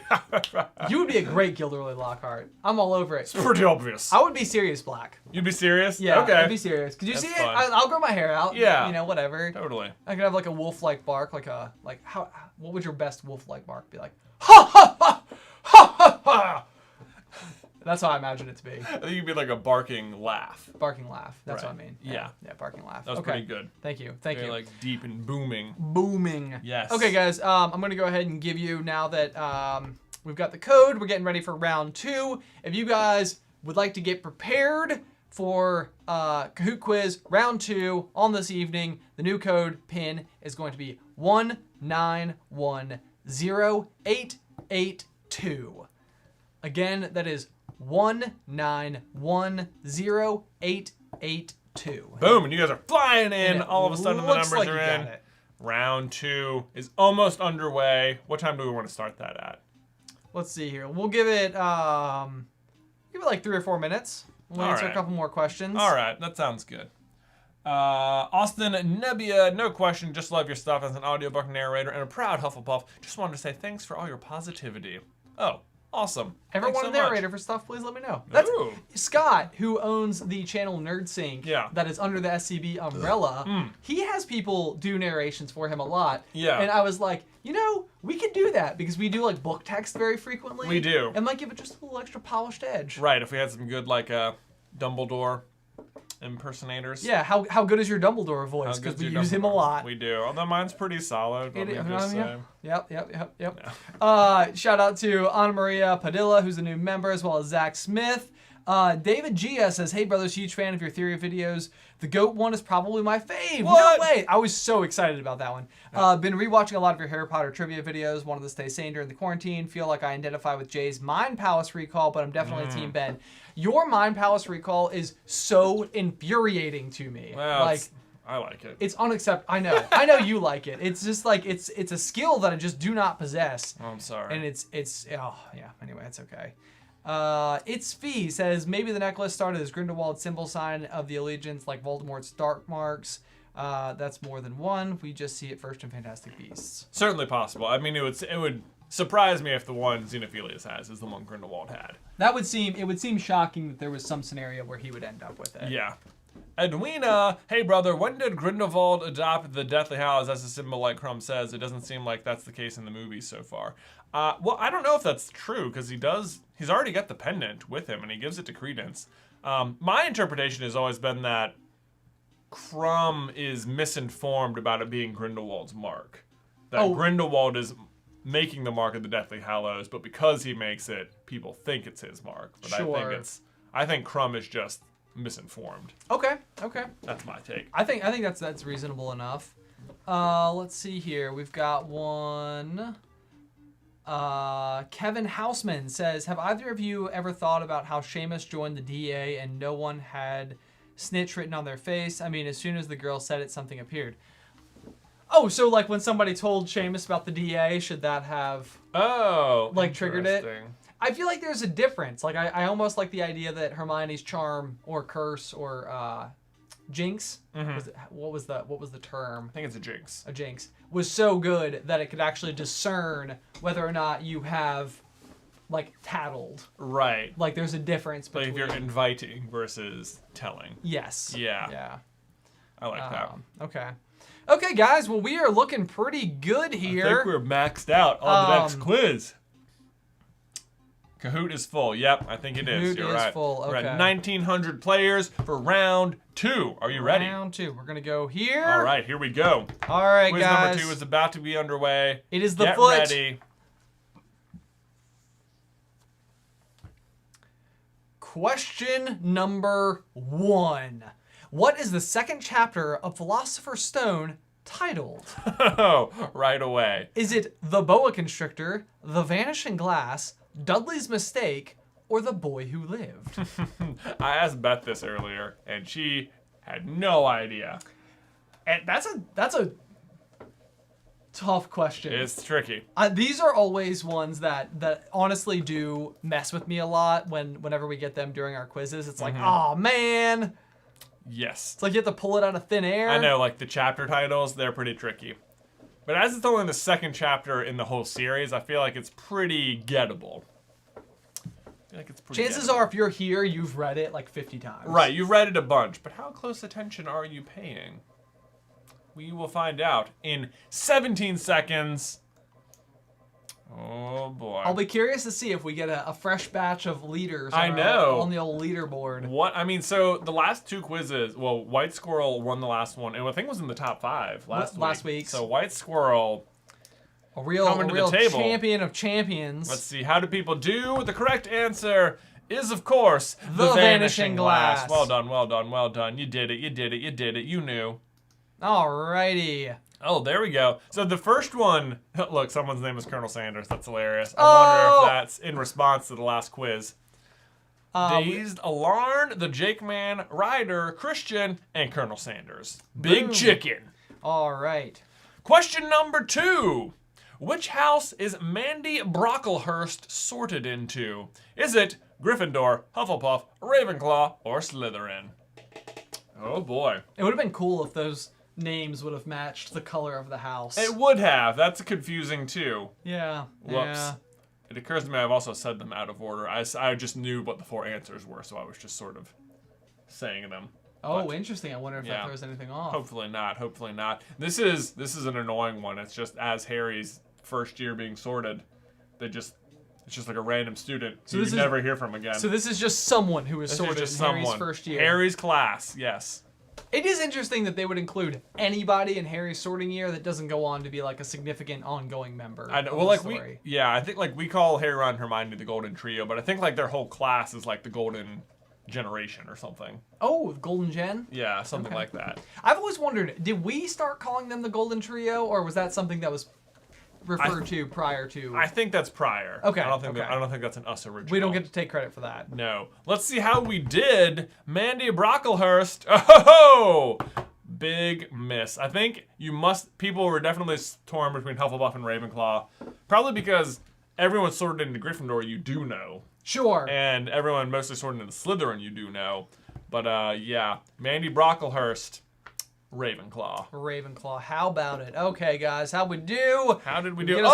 Huge! Voldy Dwarf, Hufflepuff, Korok, Esther, and Bolting Vulture. There we go. How on earth, Bolting Vulture, do you come up with the name Bolting Vulture? I'm just impressed. Question number 3. Let's see what we got here. A bezoar is a stone taken from the stomach of which animal? Is it a cow, a deer, a hippogriff, or a goat?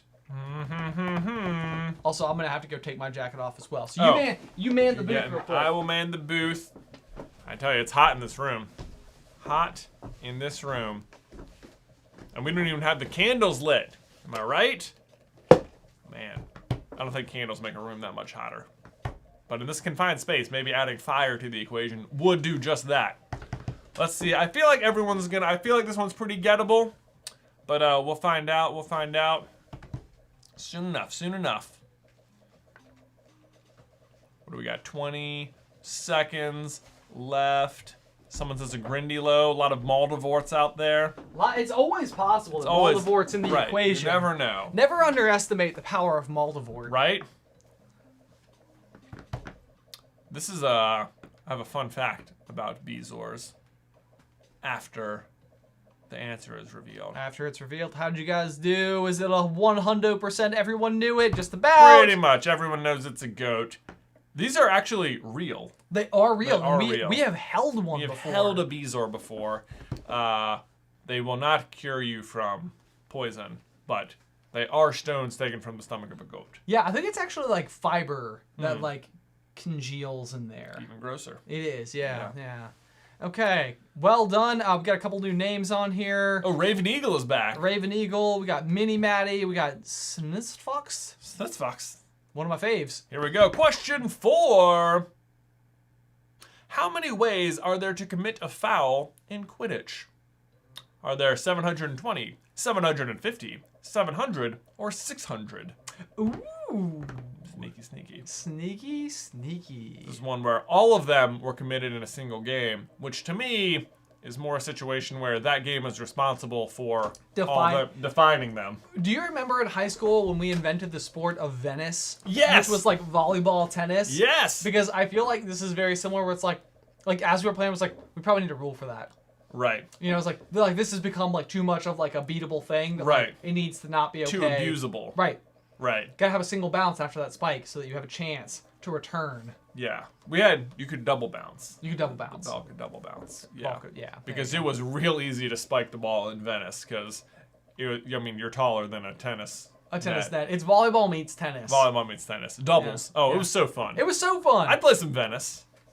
Boy, oh boy. D-Rec PRC says, hey, brother. Hey, D-Rec RC.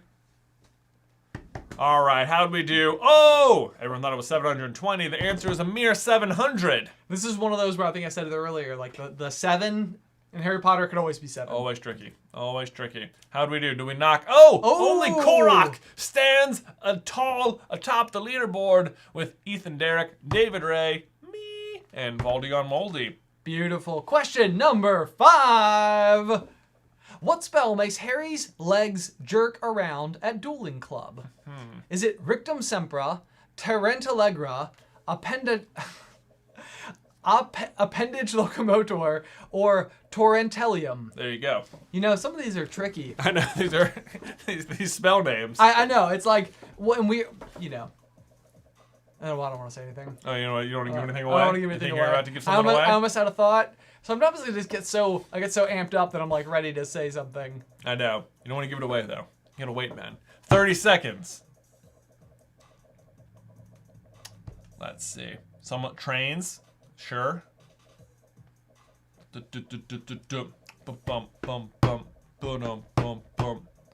Hey, brother, do Zafir Ahmed. Hey, brother. The Moldivort spell. That's right. just yell Moldivore. See what happens. See what happens. Who knows? Something could happen. Something could happen. But what does happen is you summon a small toy train out of the end of your wand. And Harry can talk to it. Harry can talk to it. It is Tarantalegra. Tarantalegra. A dancing tarantula, basically, is what these turn into. Did you make up appendage locomotor? Yeah. I wanted to read it as appendage. Appendage.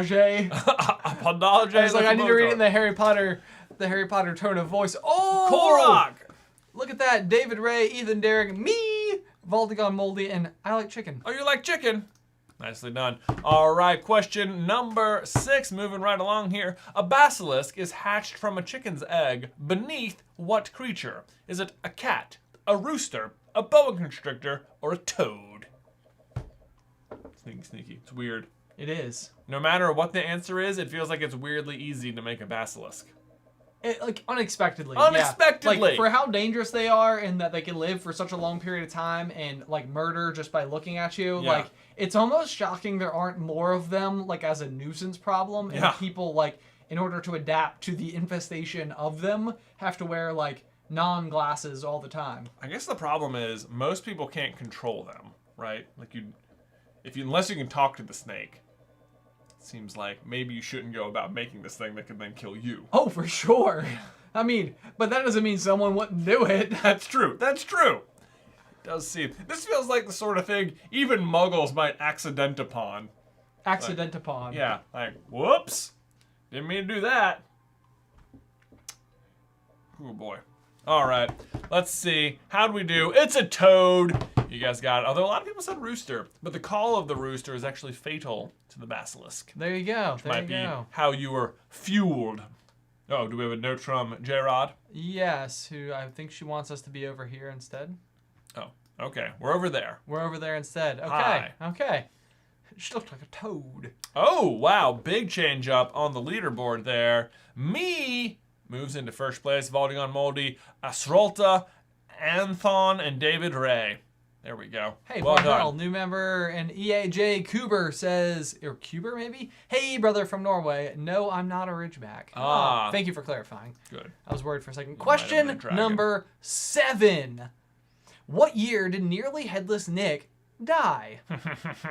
Was it 1492, 1512, 1476, or 1500? This is a math question. It requires a weird amount of, a particular bit of knowledge. Yeah, no. Yeah. I get you. I Yeah. get you. Yeah. Yeah. All right. Good luck. Wait, actually, I don't know if I get you. No? I'm thinking. Okay, I'll explain it after. I think I understand, Yeah. but I'm also... No, I'm with you. Okay. I'm with you. I'm Yeah. with you. Okay, there it is. We There came back. it That is. came full circle. Don't you worry, guys. You doing it? You figured it out in your head there? I figured out. Yeah. All right. Very good. Very good. Very good. Glad to hear it. Glad to hear it. Let's see.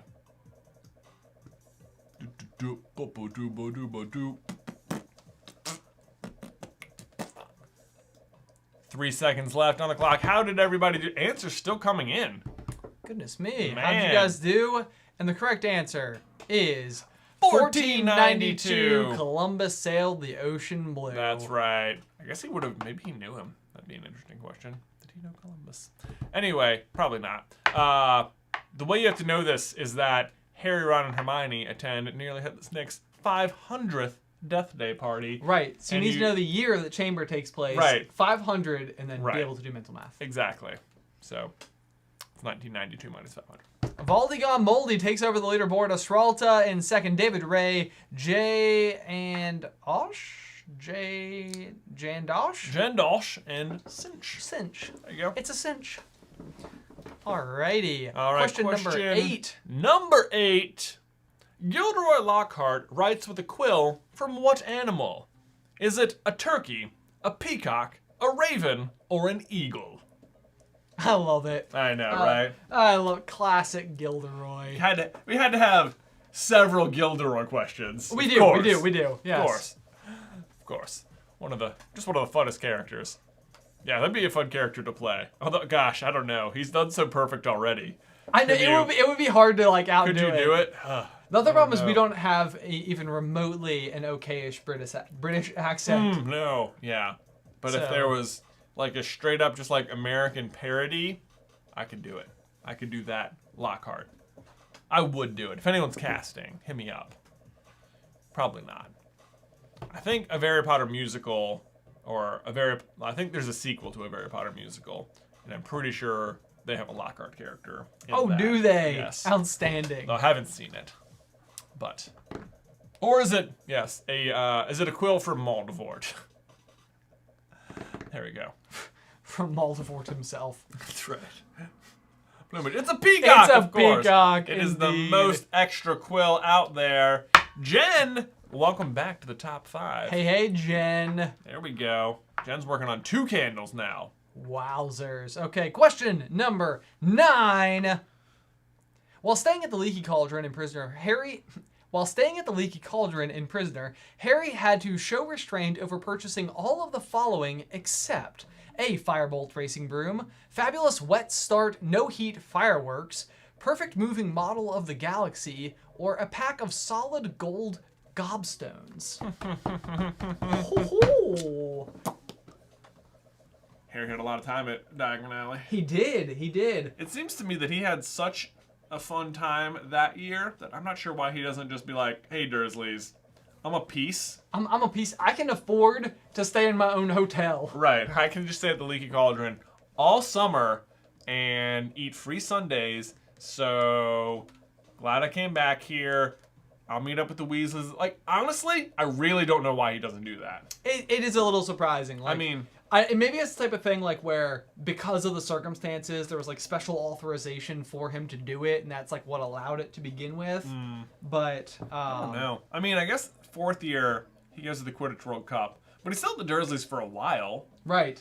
And yeah, I don't know. I mean, after that, Voldemort's back. So anyway, it is in fact the fabulous Wet Start, No Heat, Fireworks, which I'm pretty sure Fred and George stock up on that same year. They do. Alrighty, let's see how you guys did here. Oh, B Styles or Slights.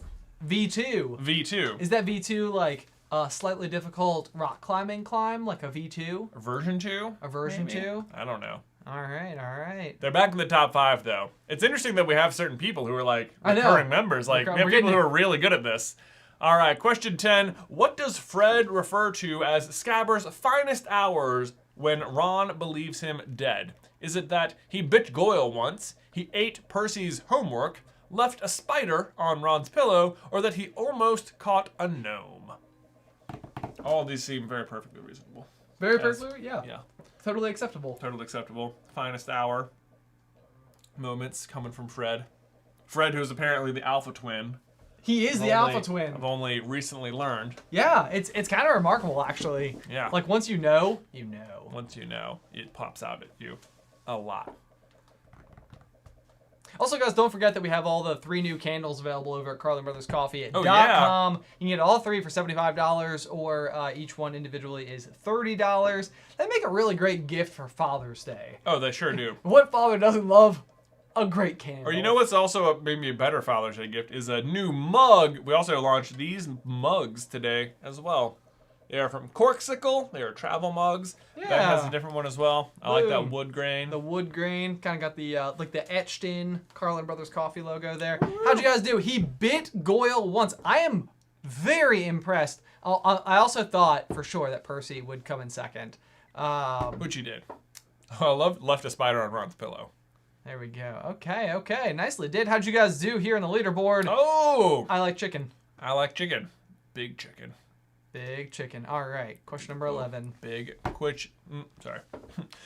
Question 11. Trelawney is afraid to sit at the Christmas feast because when blank dine together, the first to rise will be the first to die. How many people need to be dining together? Is it 17, 13, 11, or 9? This one feels pretty easy. I don't know. Or maybe it's not. It just depends. Just depends. We'll find out. I'll tell you, when we made that Trelawney is right about everything video, that one like really caught on in a big way. It did better than I thought it would do. It's always strange when that happens. Yeah. That was Hagrid is rich. Yeah. That video caught on and it was like, I cannot believe. Swagrid has all that swag. Of course he's rich. But the thing is that he doesn't, like, because of the very nature of what it means to be Hagrid. Right. Like, he just, like, you know, he doesn't value money in that way, so it's like, it can be true. Right. But he doesn't boast about it. Right. You know? He's not bragging about it. Not swagging about it. Oh, are we having some lag issues? We haven't gotten a notice on our end. Oh, well, there it is. There it is. How'd you guys do? 13. You guys crushed it. Yeah, everybody knew that one. Well it's done. tough because 13 is such like an obvious like unlucky number. Right. Although ironically, it feels like it's a lot of people's favorite number. Is it? Yeah, I think so. Well, the weird thing is when she arrives at the table, she only counts 12, but there's actually already 13 people there. I know, because Peter Pettigrew is disguised as a rat. And Dumbledore, in fact, does rise first. And Dumbledore does, in fact, die first. So... there you go. Pretty remarkable. Pretty funny. Pretty funny little bit of... Okay. Looks like we're having a bit of a lag problem here. I don't know if we need to, like, pause for a hot segundo. Maybe. It looked like this sort of resolved itself last time after a minuto. YouTube's not receiving enough video. I don't understand what that's supposed to be. I don't want people to like miss out on the questions. No, we sure don't. Some lags or anything. Hold on. Now it's looking better. Hold on. Okay. It looks like we've cleared up. Okay. All right, guys. Moving forward, let's make sure we have the chat visible. Do we have a change up? We do a little bit. Voldemort Moldy holding tight at the top spot. Astralta in second, David Ray, B Slides V2, and Jen. Yay. Okay. All right, guys. Let's move on to question number 12, where we will be asking, who does Harry claim to be the first time he takes the night bus? Is it Vernon Dudley, Seamus Finnegan, Barney Weasley, or Neville Longbottom? Or is it Runal Waslib? It could be. It could be. It could be. Or is it Moldavort? He does claim to be a lot of people that he does, yeah. It's like a signature trademark of right. Old HP. Yep. He just poses a lot of different people over the years, I suppose. Boy, you know what would be just like a total coin flip is like, which of Crabbe and Goyle does Harry turn into? Oof. You know, right? I don't know. I'm pretty sure it's Goyle. Is it? No. I think it's Goyle. I think it is too. Yeah. Which means like that actor got to be Harry Potter. I know. I know, isn't that a weird thing? It is. So I've seen an interview with him from other wizarding conferences, and I'm always like so impressed with how he is now. Yeah. Like he'd be like a cool person to know. Right. And he's like, how odd. That was Harry Potter for like one scene. One scene. Pretty good. The answer is Neville Longbottom. You guys got it right. A couple people very ever so slightly tripped up by Vernon Dudley, which is what he tells the Snatchers. Yes. In Deathly Hallows. Oh, but some change. Bendez. And I like chicken. Welcome back. I like chicken. I like chicken. Question number 13. Who doesn't like chicken? Rita Skeeter writes an article about Harry and Hermione in Which Weekly? What is the name of that article? Is it Harry Potter's Girl Trouble, Harry Potter's Secret Heartache, Harry Potter's Torn Heart, or Hermione at Last? I wish it was that one. I know. Wouldn't it be great if the in-universe characters called them Hermione? Yes, absolutely. That'd be great. Oh boy. Someone says Crabbe better than Goyle. Don't know how you would choose. Neither of them says any words at all in any book until Deathly Hallows. What? Did you not know that? No. That is a weird fact. Other than when Harry and Ron turn into them, they don't speak at all for 6 books. It's weird. That is so weird. Right? What a fun fact. I know. I was like, every time I always listen for it. I don't say anything. They're always just there. They're just this present knuckle cracking threat. It's just like couple of games. Han! Harry, Ron, people. Oh, it is Harry Potter's Secret Heartache. You guys got it. I thought that was going to trick people up. I thought that was going to trick. I actually almost called you today when I saw this question. I was like, that's too hard. Apparently not. Apparently not. This is like where not. You can't underestimate people, and I did it again. You did it again, Ben. You didn't think people would know, but they did. Whoops. Hang on. Yeah. Heyo. Next question. Did we trip any of the leaders up? Absolutely not. Not even a little bit. Wow. Impressive, everybody. Impressive, everybody. Alrighty. Question number 14. What is the first obstacle Harry encounters in the maze? Is it a Sphinx, a Boggart, a Dementor, or Golden Mist? Now, if you're talking movie, the answer is none of them. None of the above, because they don't have any of it. Huh. Oh, I can't. It still hurts. It still hurts. It's like, how could you? Yeah, you're right. But like, sometimes I think do the Harry Potter movies just have too much up against? Like, no budget could possibly accommodate the number of things. Maybe. I don't know. It almost makes me wonder if in a post-Marvel world, if there wouldn't be more budget allocated for things like this. Where the expectations are so much higher. I guess when you think about it, showing Harry do all of these things in the movie doesn't really contribute to the plot at all. True. But it is all the really fun stuff. It's a good point. But, I mean, and I suppose that's probably the essential pieces. Yeah. I've wondered before if there's going to be a discernible difference between movie canon and book canon.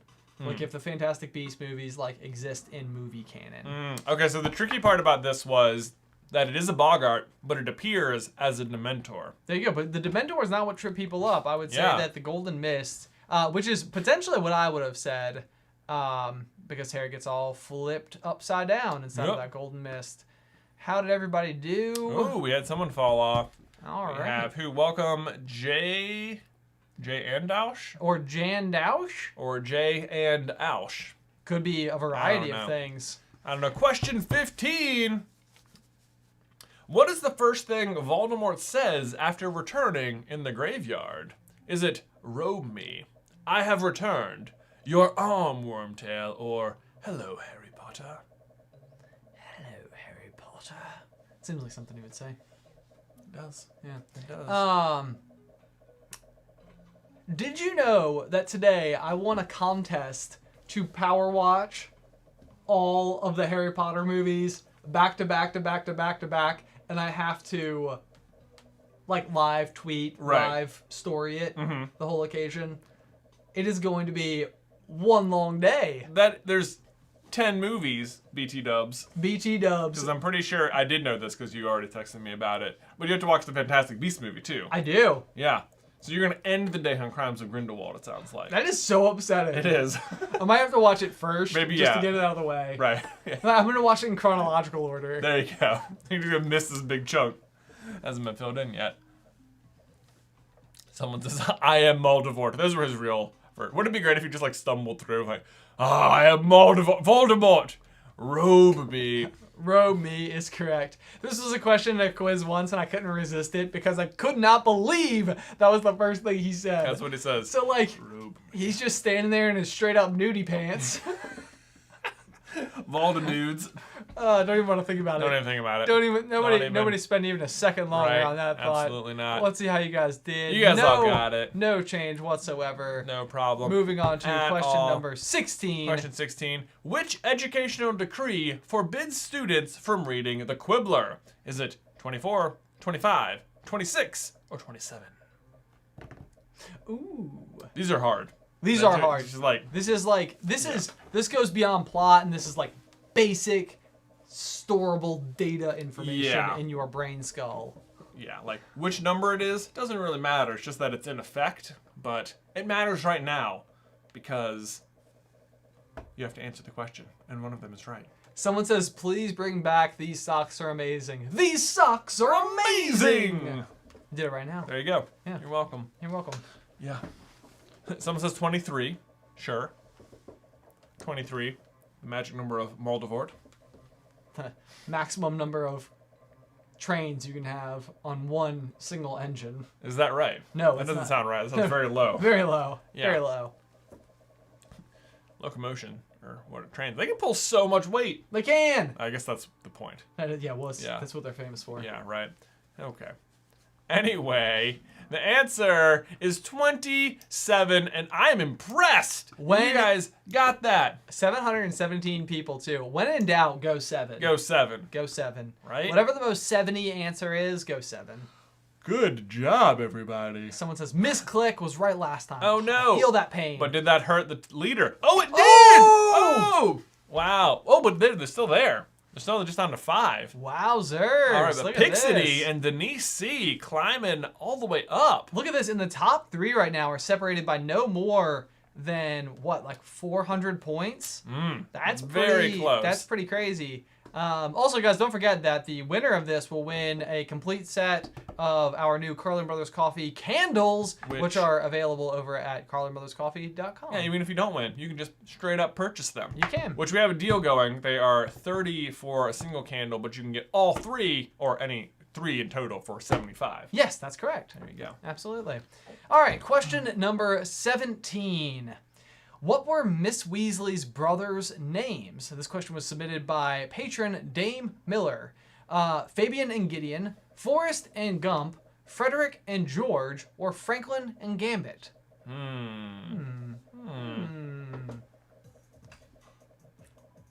I feel like there's only like 6 or 7 different ways you could mess up this question. 6 or 7? 6 or 7. I was gonna say the answer I actually felt, and then I felt like it would give it away. Yeah, we don't want to give it away. We don't want to give it away. When only 700 people have responded. Right. Forrest and Gump. That's right. A lot of people saying that in the chat. Very good. I do love Forrest Gump. Who doesn't? It is like in my top 5 favorite movies of all time. Oh my gosh. So Forrest Gump and The Shawshank Redemption are like 2 of my top 5 favorite movies ever. They came out in the same year and were against each other at the Oscars. Forrest Gump won. Forrest Gump. Yeah, I think so. I think people say we talked about this in the podcast and people were like, Shawshank could have won. Yeah, like wow. Oh, wow. Okay, yeah, everybody got that one. Fabian and Gideon, for characters that are mentioned like 3 times ever. Very impressive. You guys did well. Also, I love the F and G-ness of it. Very Fred and Georgie. Yes. Oh, no. What happened to Baldy's Gone Moldy? Oh, my gosh. Fallen off. Maybe they went to eat dinner. Maybe they did. Ravenclawsome 02. Welcome to the top 5. All right, question number 18. Oh, yeah. Broderick Bode is strangled by Devil's Snare while in St. Mungo's. What was his job? This question was submitted by Amy Melzener from our Quizmaster tier on Patreon. Was he an Auror, an Unspeakable, a healer, or a Quidditch player? Well. What could it be? What could it be? Tyler Breen says, gotta go. Bye, brother. Gotta go. See ya. See you, Tyler Breen. Later. I wonder if he heard that shout out. Maybe not. It's 2 a.m. where you are, oui, mon ami.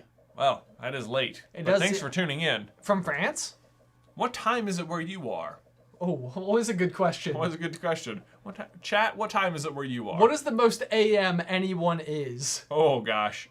Like Australia. If you're in Australia, it's pretty AM. It's pretty AM. It's pretty AM. Did anybody wake up or does it just work the night shift? Someone says 1 a.m. pizza time. I could go for some 1 a.m. pizza time today. Dude.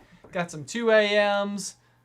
4:52. Someone said 5:20. Oh gosh, the chat. Oh, it's exploding. It's exploding. I wonder if this is possibly in the other direction. Unspeakable. You guys were not fooled, even at all. Way to go. Always impressed. How'd you guys do on the leaderboard? The Very leaderboard. Consistent. Question number 19. Closing in on the final 5. How does Harry describe his first kiss with Cho? Was it moist, wet, damp, or hot?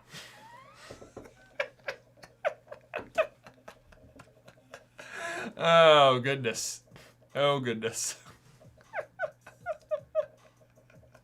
So hot. The hottest. Can you imagine that? Probably like, how was it? He was like, hot. It was like the most unusual exchange. It'd be like the weirdest thing Harry ever said. Sorry, it's not hot. It's not hot. Sorry. It's like in the movies when Ginny is like, open up you. Oh my god, don't do it's worse. Like the cookie and it's like it's worse. And Harry like nibbles it. He's like at least if Harry had said hot, he would have been like totally bragging, you know? Right. But like in the Ginny open up, that's the most awkward moment. Except when she's tying his shoes, it's like, just look away. What is happening? How? Why? Why is it in the movie? Anyway. Oh, so hot. Only 7 of you went for hot, which, I mean, good. I mean, I wish. It was wet. It was wet. It was indeed. Yeah. It was probably also moist and damp as a result, but he doesn't say that. Let's see. How'd you guys do? No change whatsoever. No, there you guys. You guys got it. You guys got it. Question 20. We're into the final 5 now. What book does Professor Trelawney instruct the class to use to interpret their dreams? Is it Omens, Oracles, and the Goat, Unfogging the Future, Unsteam Your Dreams, or the Dream Oracle? Sorry, I was thinking about Harry's hot kiss. It's like, Harry, unsteam your dreams, friend. I'm sorry. It's not unsteam your dreams. Although Harry probably does need to unsteam his dreams. Probably.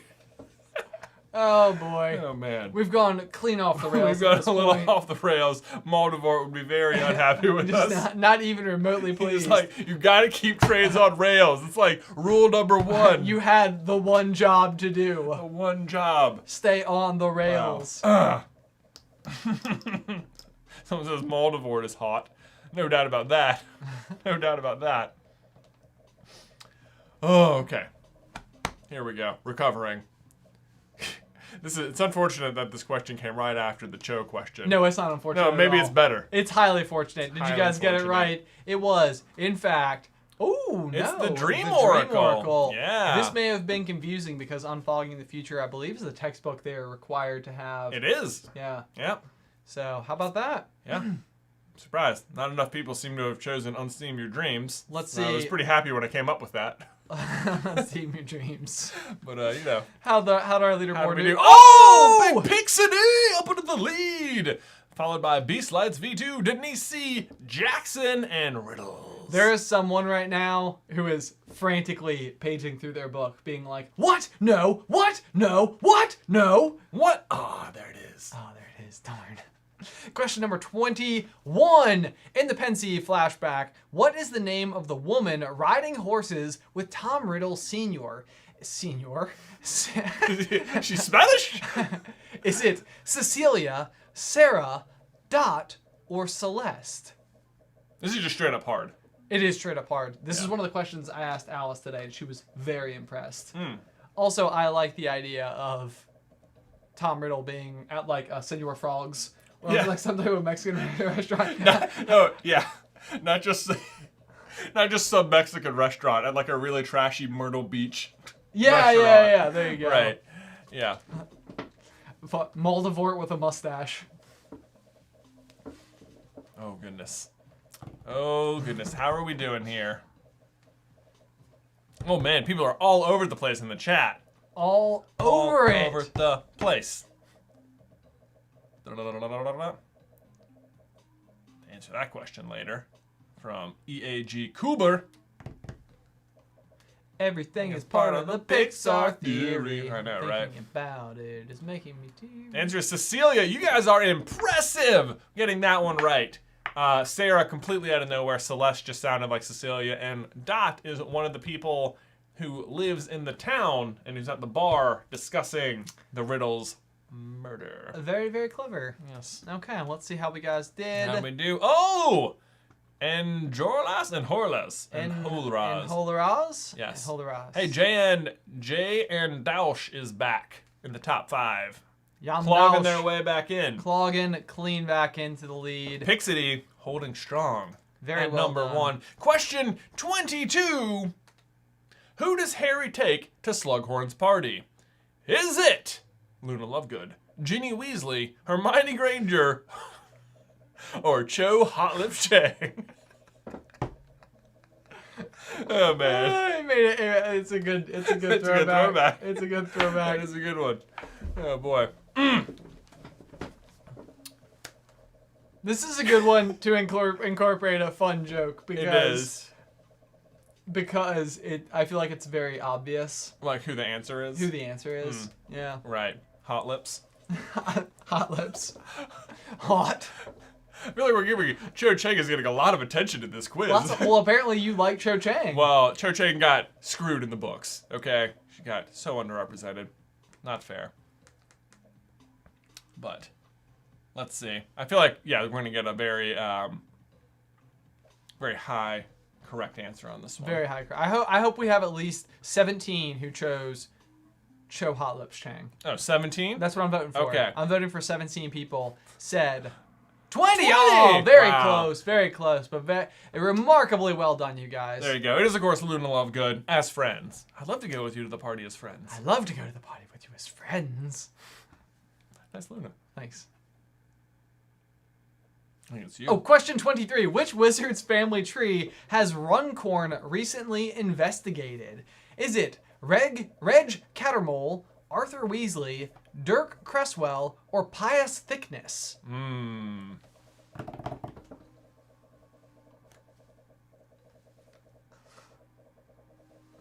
Someone said, I'm pretty sure Cho Hot Lips Chang ends up with Moldavort. Oh, probably. They would have beautiful children. Right? There's no doubt. There's no doubt. They'd go on like family train rides. Oh, yeah. I mean, they have plenty to do for vacationing. Exactly. Where do you summer? Where do you summer? The station. They just live at King's Cross. Just all the time. All the time. All the time. I mean, every business has to have its regulars. Indeed. Indeed. Someone says Chaldivort. Chaldivort. That's a good. That's a good relationship name. There you go.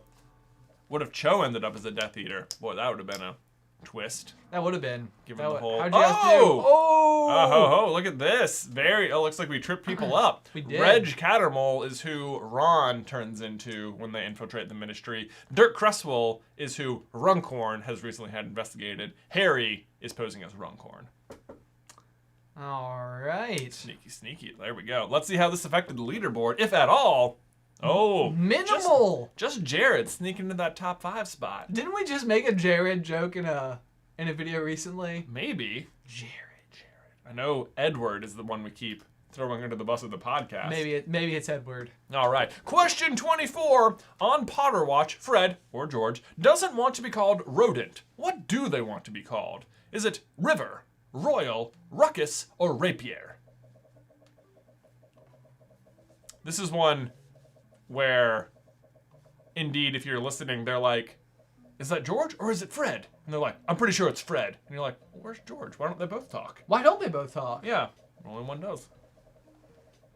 It's another great example of George discrimination in the books. Although it's not, I guess, necessarily confirmed that it wasn't George. So, we shall see. We shall see. A couple people saying tricky. Indeed, right? Isn't it? How we doing? I always do think it's funny that they call him Rodent right out of the gate. So it feels like such a wormtail code name. It does. Yeah. I like what they do though, how they have they're all R and they all kind of have to do with who they are. Yeah. Why are they all R? Oh, I don't know that. Oh, okay. So there's no specific reason. The correct answer is, in fact, Rapier. Very good. Although I thought Ruckus was a good soft option as something they would have liked to have been called because they always call us such a ruckus. Such a ruckus. Yeah. Okay. Mm-hmm. River is Lee Jordan and Royal is Kingsley. Let's see here. I think this is our last question coming up. Last question? Can Pixity hold on? Pixity. Will B Slides V2 take them down? Lauren B from nowhere. Probably not. Question number 25. What is Hermione's middle name? Submitted by Owen and Caleb from our Quizmaster tier. Is it Elaine, Elizabeth, Jean, or Jane? Woo-hoo! What could it be? They don't say it very often. I think just once. Just the I think once? it's just once. Yeah. Okay.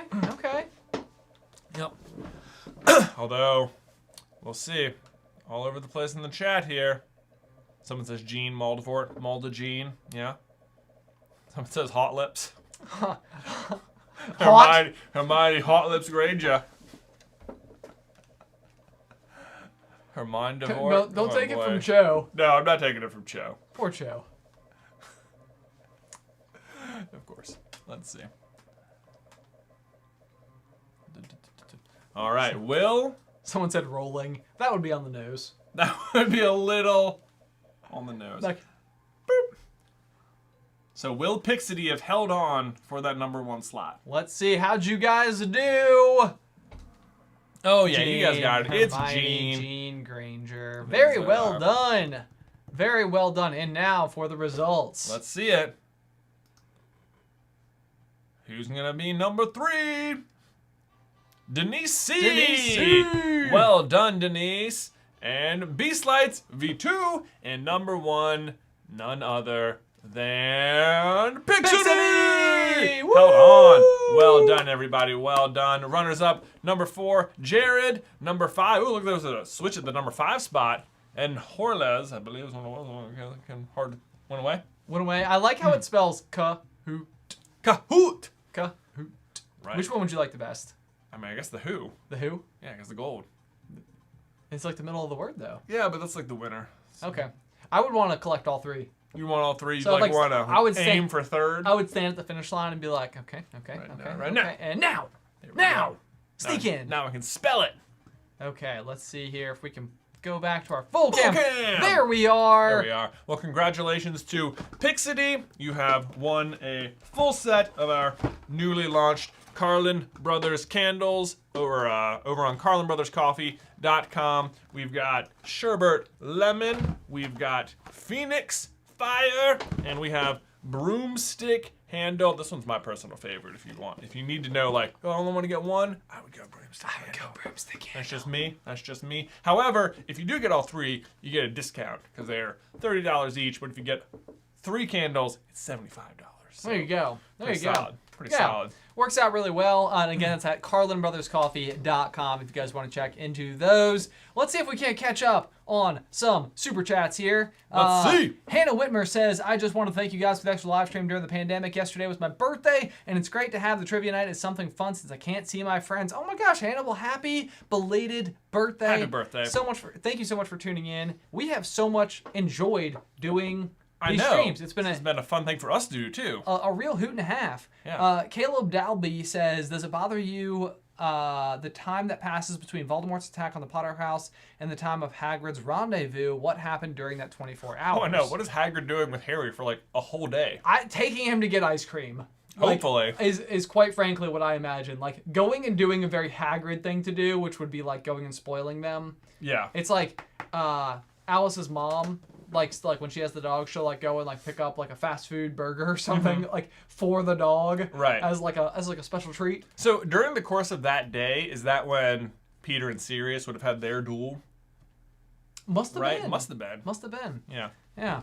Shout out to Jack Faye and Emmy Mio who became new members. Lily VA says, "Hey brothers, long time no see. Glad I'm finally awake for one of these." Glad you are too. Hey Lily. Welcome. Guts and Glam says, I don't think you're a waste of space. That line hit me so hard in the movies. I never expected to be so upset about Dudley and Harry's parting. Oh, I know, right? I know, yeah. That was like, it's like, well, it's actually kind of funny too, because the people that are there are like, really? Like, that's the remarkable thing? But like, it actually even hits you, the reader. Yeah. It's like, I don't think you're a waste of space. Uh-huh. Shout out to Brittany Ann Lacerda. Yeah. Crazy Jack's Museum. Crazy Jack. Lopez tomorrow and #first. Oh, that's funny. All new members. Kalani Palakne says, hey, brothers, I'm very excited they got to catch you guys in your live stream. Keep up the great work. Thanks for all you guys do. You're welcome.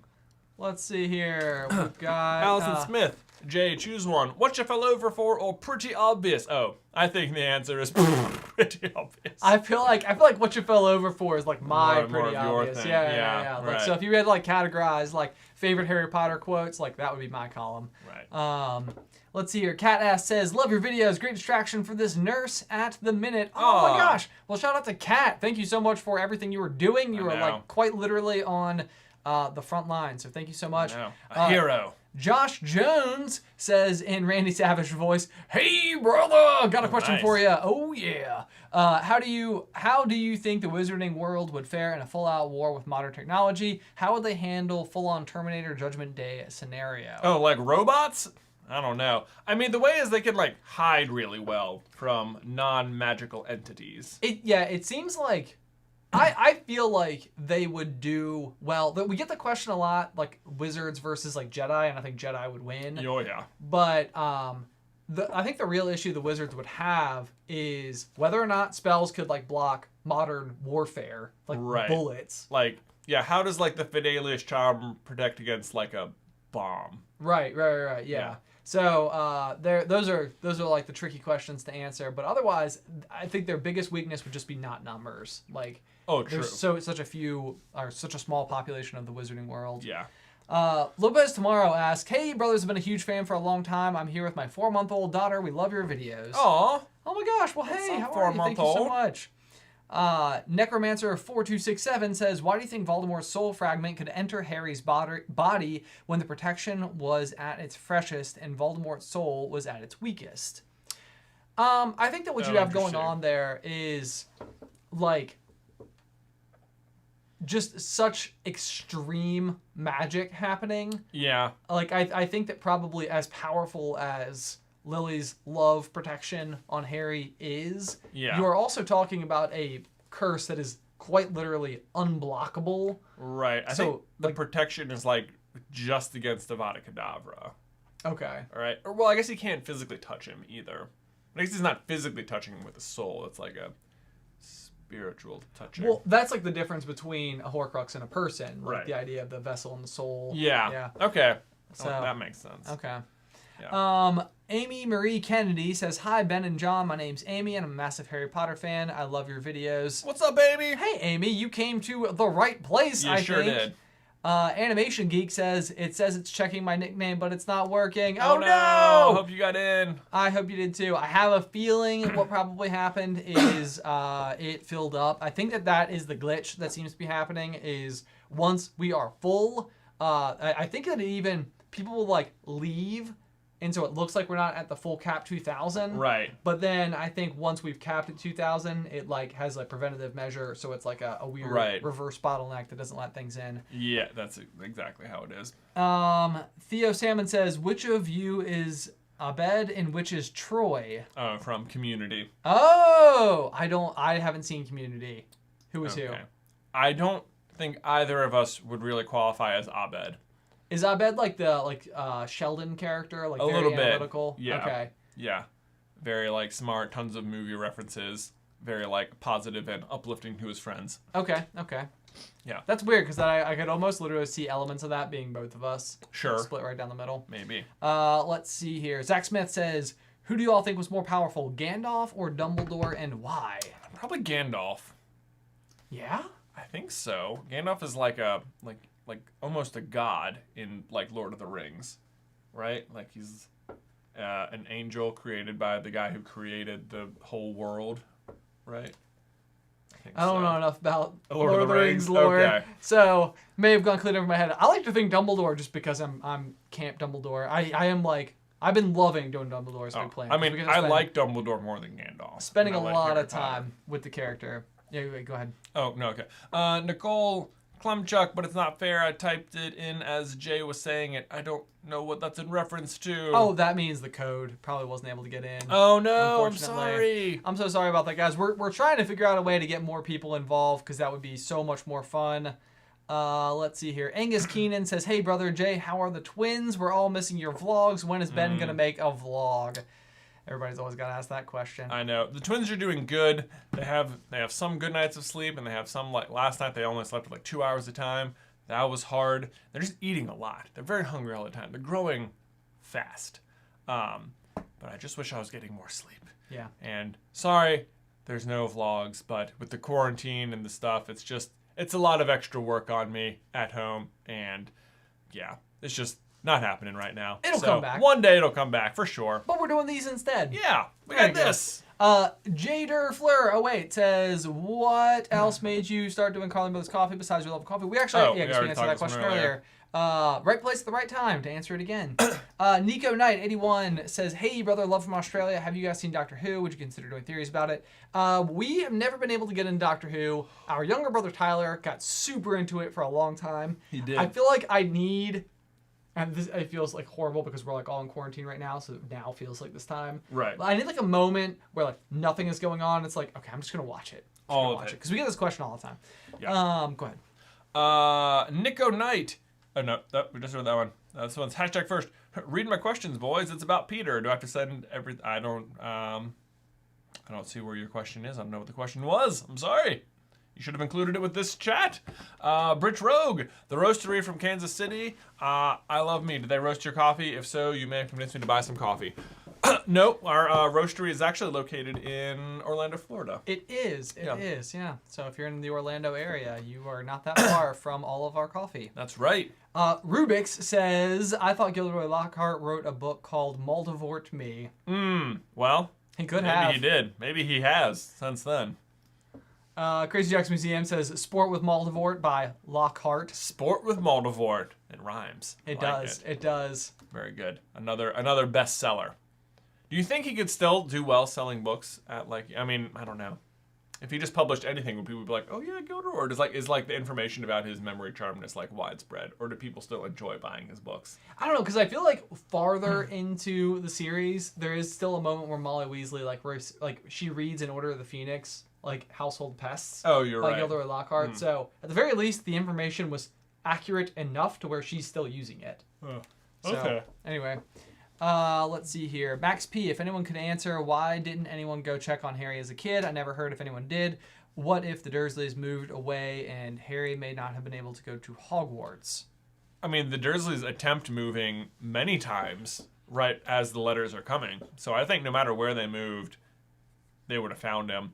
And I don't know that people were checking on him, but Harry does remark on how people from the Wizarding world kept walking up to him, like shaking his hand, stuff like that. And Mrs. Fig is there the whole time. Mrs. Fig is there the whole time. She's in the order. Yeah. So, Abyss says Maria, I think. That must have been the answer to one of the questions. Oh, great.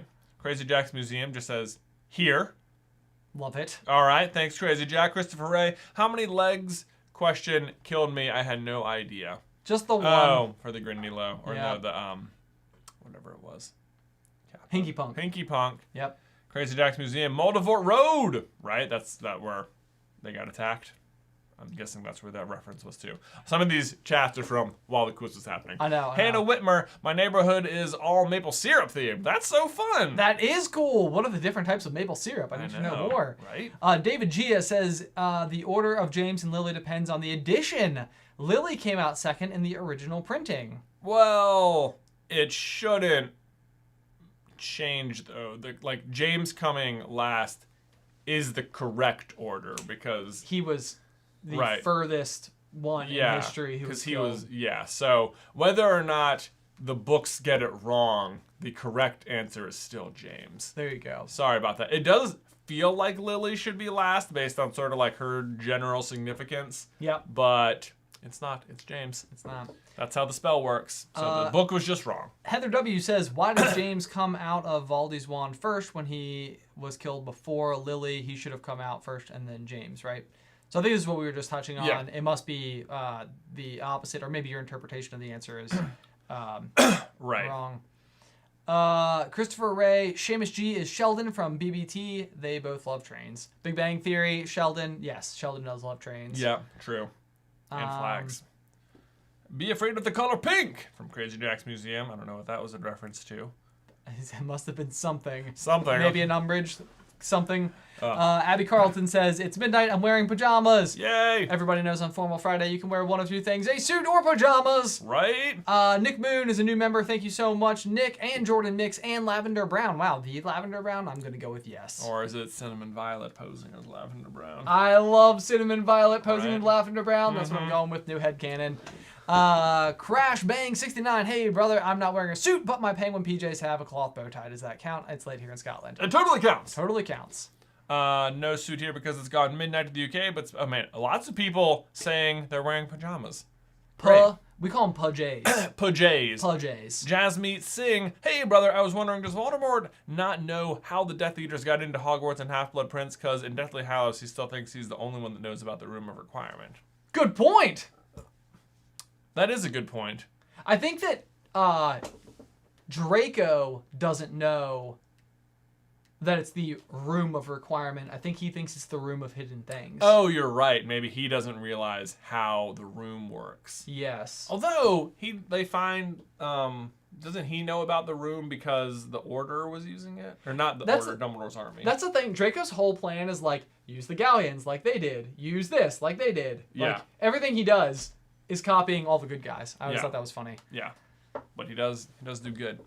Yeah. That is a fair question. But even if it's the Room of Hidden Things, that's where, in fact, the diadem was hidden. True. Yeah. True. Same room. So Draco was there the whole time. So I guess maybe Voldemort just doesn't know how they got in. Let's see here. White Squirrel says, long hey brother, thanks for the candles. It wasn't easy, but I credit my fan fiction writing. Wow. Way to go, White Squirrel. Winner of round number 1 tonight. That's really awesome. Oh, B Slights. B Slights also on there. 97% of the time you don't get people usernames, Ben. I hardly understand mine either. My name is also Ben. Also, how do we contact you about prizes? Jordan should be reaching out to you. Yes. Yes. So be on the looks out for that. Indeed. Emma B says, what is your favorite Harry Potter theory you've done so far? Oh boy, many.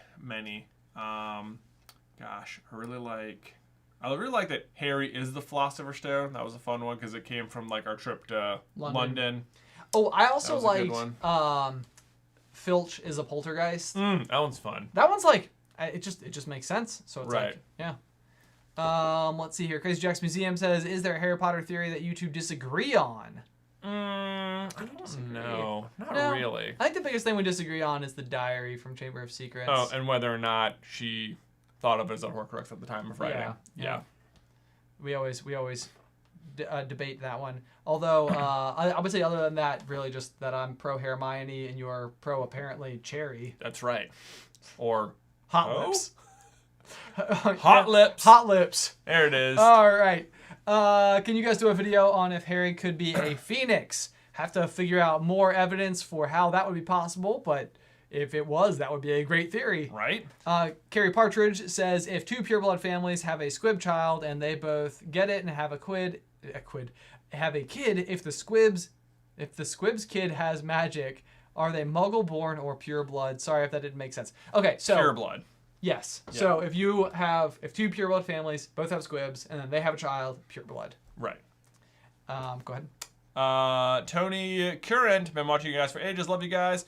Charles Fletcher, did Snape know Voldemort curse the dark arts job? Oh, don't know. He must have been pretty aware that the job was cursed because he would have been teaching at the school for so long. And there must have been a new teacher every year. I wonder if that's the real reason why Dumbledore would never give him the job. But he could just give him back to potions. He could just give it back to potions. Right. That's true. Yeah. That's true. But I like the idea that there's like a reason. Sure. A better reason. A better reason. Because that's the other thing is like Dumbledore says at one point, like, we sure have been going through Defense Against the Dark Arts teachers lately. Yeah, it's like it's not lately. Lately for like a long time. Like people should have caught on in a big way by now. Yeah. I don't know how this isn't coming up. I feel like what must have happened is they must have just been like rotating one or two teachers a bunch for a long time. So like it was just like, yeah, no one has Dumbledore it. or Right. Yeah. So, I would bet something like that was happening. Stacy Brott. Hey brother, just checking in saying hi. I have bad internet, so I'm gonna have to watch this tomorrow. You're awesome and inspiring, and I got a bundle of the candles. Oh, so fun! How's the family? Family doing good. Super good. Allie and I are actually gonna get to go and spend the weekend at the lake together. Oh, cool. Which will be a super nice change of scenery, if nothing else. So we're excited about that. They said if Roland gave you the chance to fix the cursed child, how would you go about it? Less time turners. That's the thing though, is like I don't know if I would want to fix it because I do like the play so much. So yeah. I would rather just be granted permission to write a different piece of Harry Potter canon. What would make me feel better about the cursed child is if it just wasn't, if there was no question about its canonicity. It just wasn't. That it just isn't. It's just like, it's just a fun thing. It's a Harry Potter thing. It's a fun thing. You know what the best thing about nachos is? It's a fun mess. It's a fun mess. That's a shout out to a very obscure Vine we were in one time when Vine was a thing. Vine was a thing. Let's see here. Damian Wade said, Harry, did you put your name in the Goblet of Fire? He asked calmly. I know. He asked calmly. Exactly. Why doesn't anybody get it? Yeah. No one on set. Someone says, or Margaret Dalvia, I was lucky to get in the first game, so to give everyone a chance, I'll be spending the second game playing Lego Harry Potter with a margarita. Well, that sounds great. Sounds amazing. Well done. I wish we had a margarita here. Oh, man, me too. Let's see here. We have a bunch of new members. We have Darth Desmond, Zachary Johnson, and Nome Leslaw. Yeah, let's give shout-outs to Zafir Ahmed Aragolas, Drek RC, Carmen Denny. Someone says, oh, never trying the quiz randomly works. Oh, sorry you're having trouble on your end about the quiz not working. We're going to continue to try to find new ways to do the quiz in a way that works better for you guys. Yeah. Let's see here. Someone asked earlier, this is Matteo Matheny.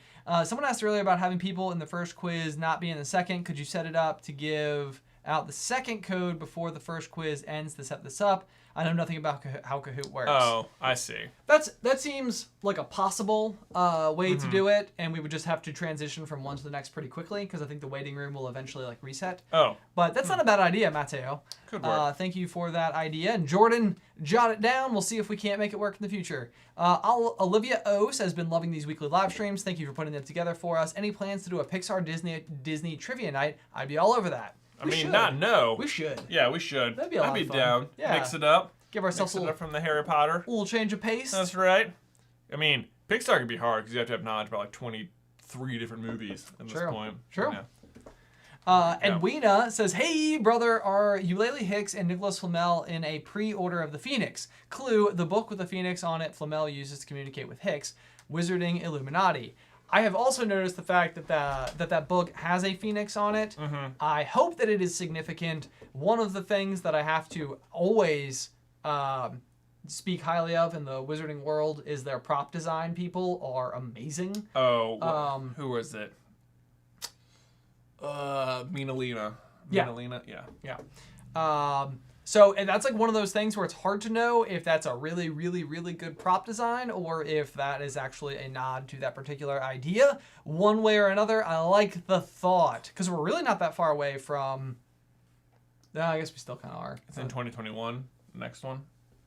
No. Oh. I mean, when would the original Order of the Phoenix been formed? Oh, I guess hard to say. Yeah. Yeah.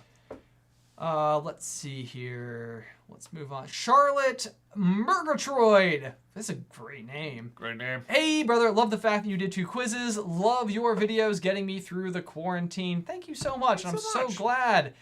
Matthew Downey says, watching with my sis. Thanks for the regional Harry Potter experts in the U.S. Navy. Oh, awesome. That's so cool. You guys like doing like a team?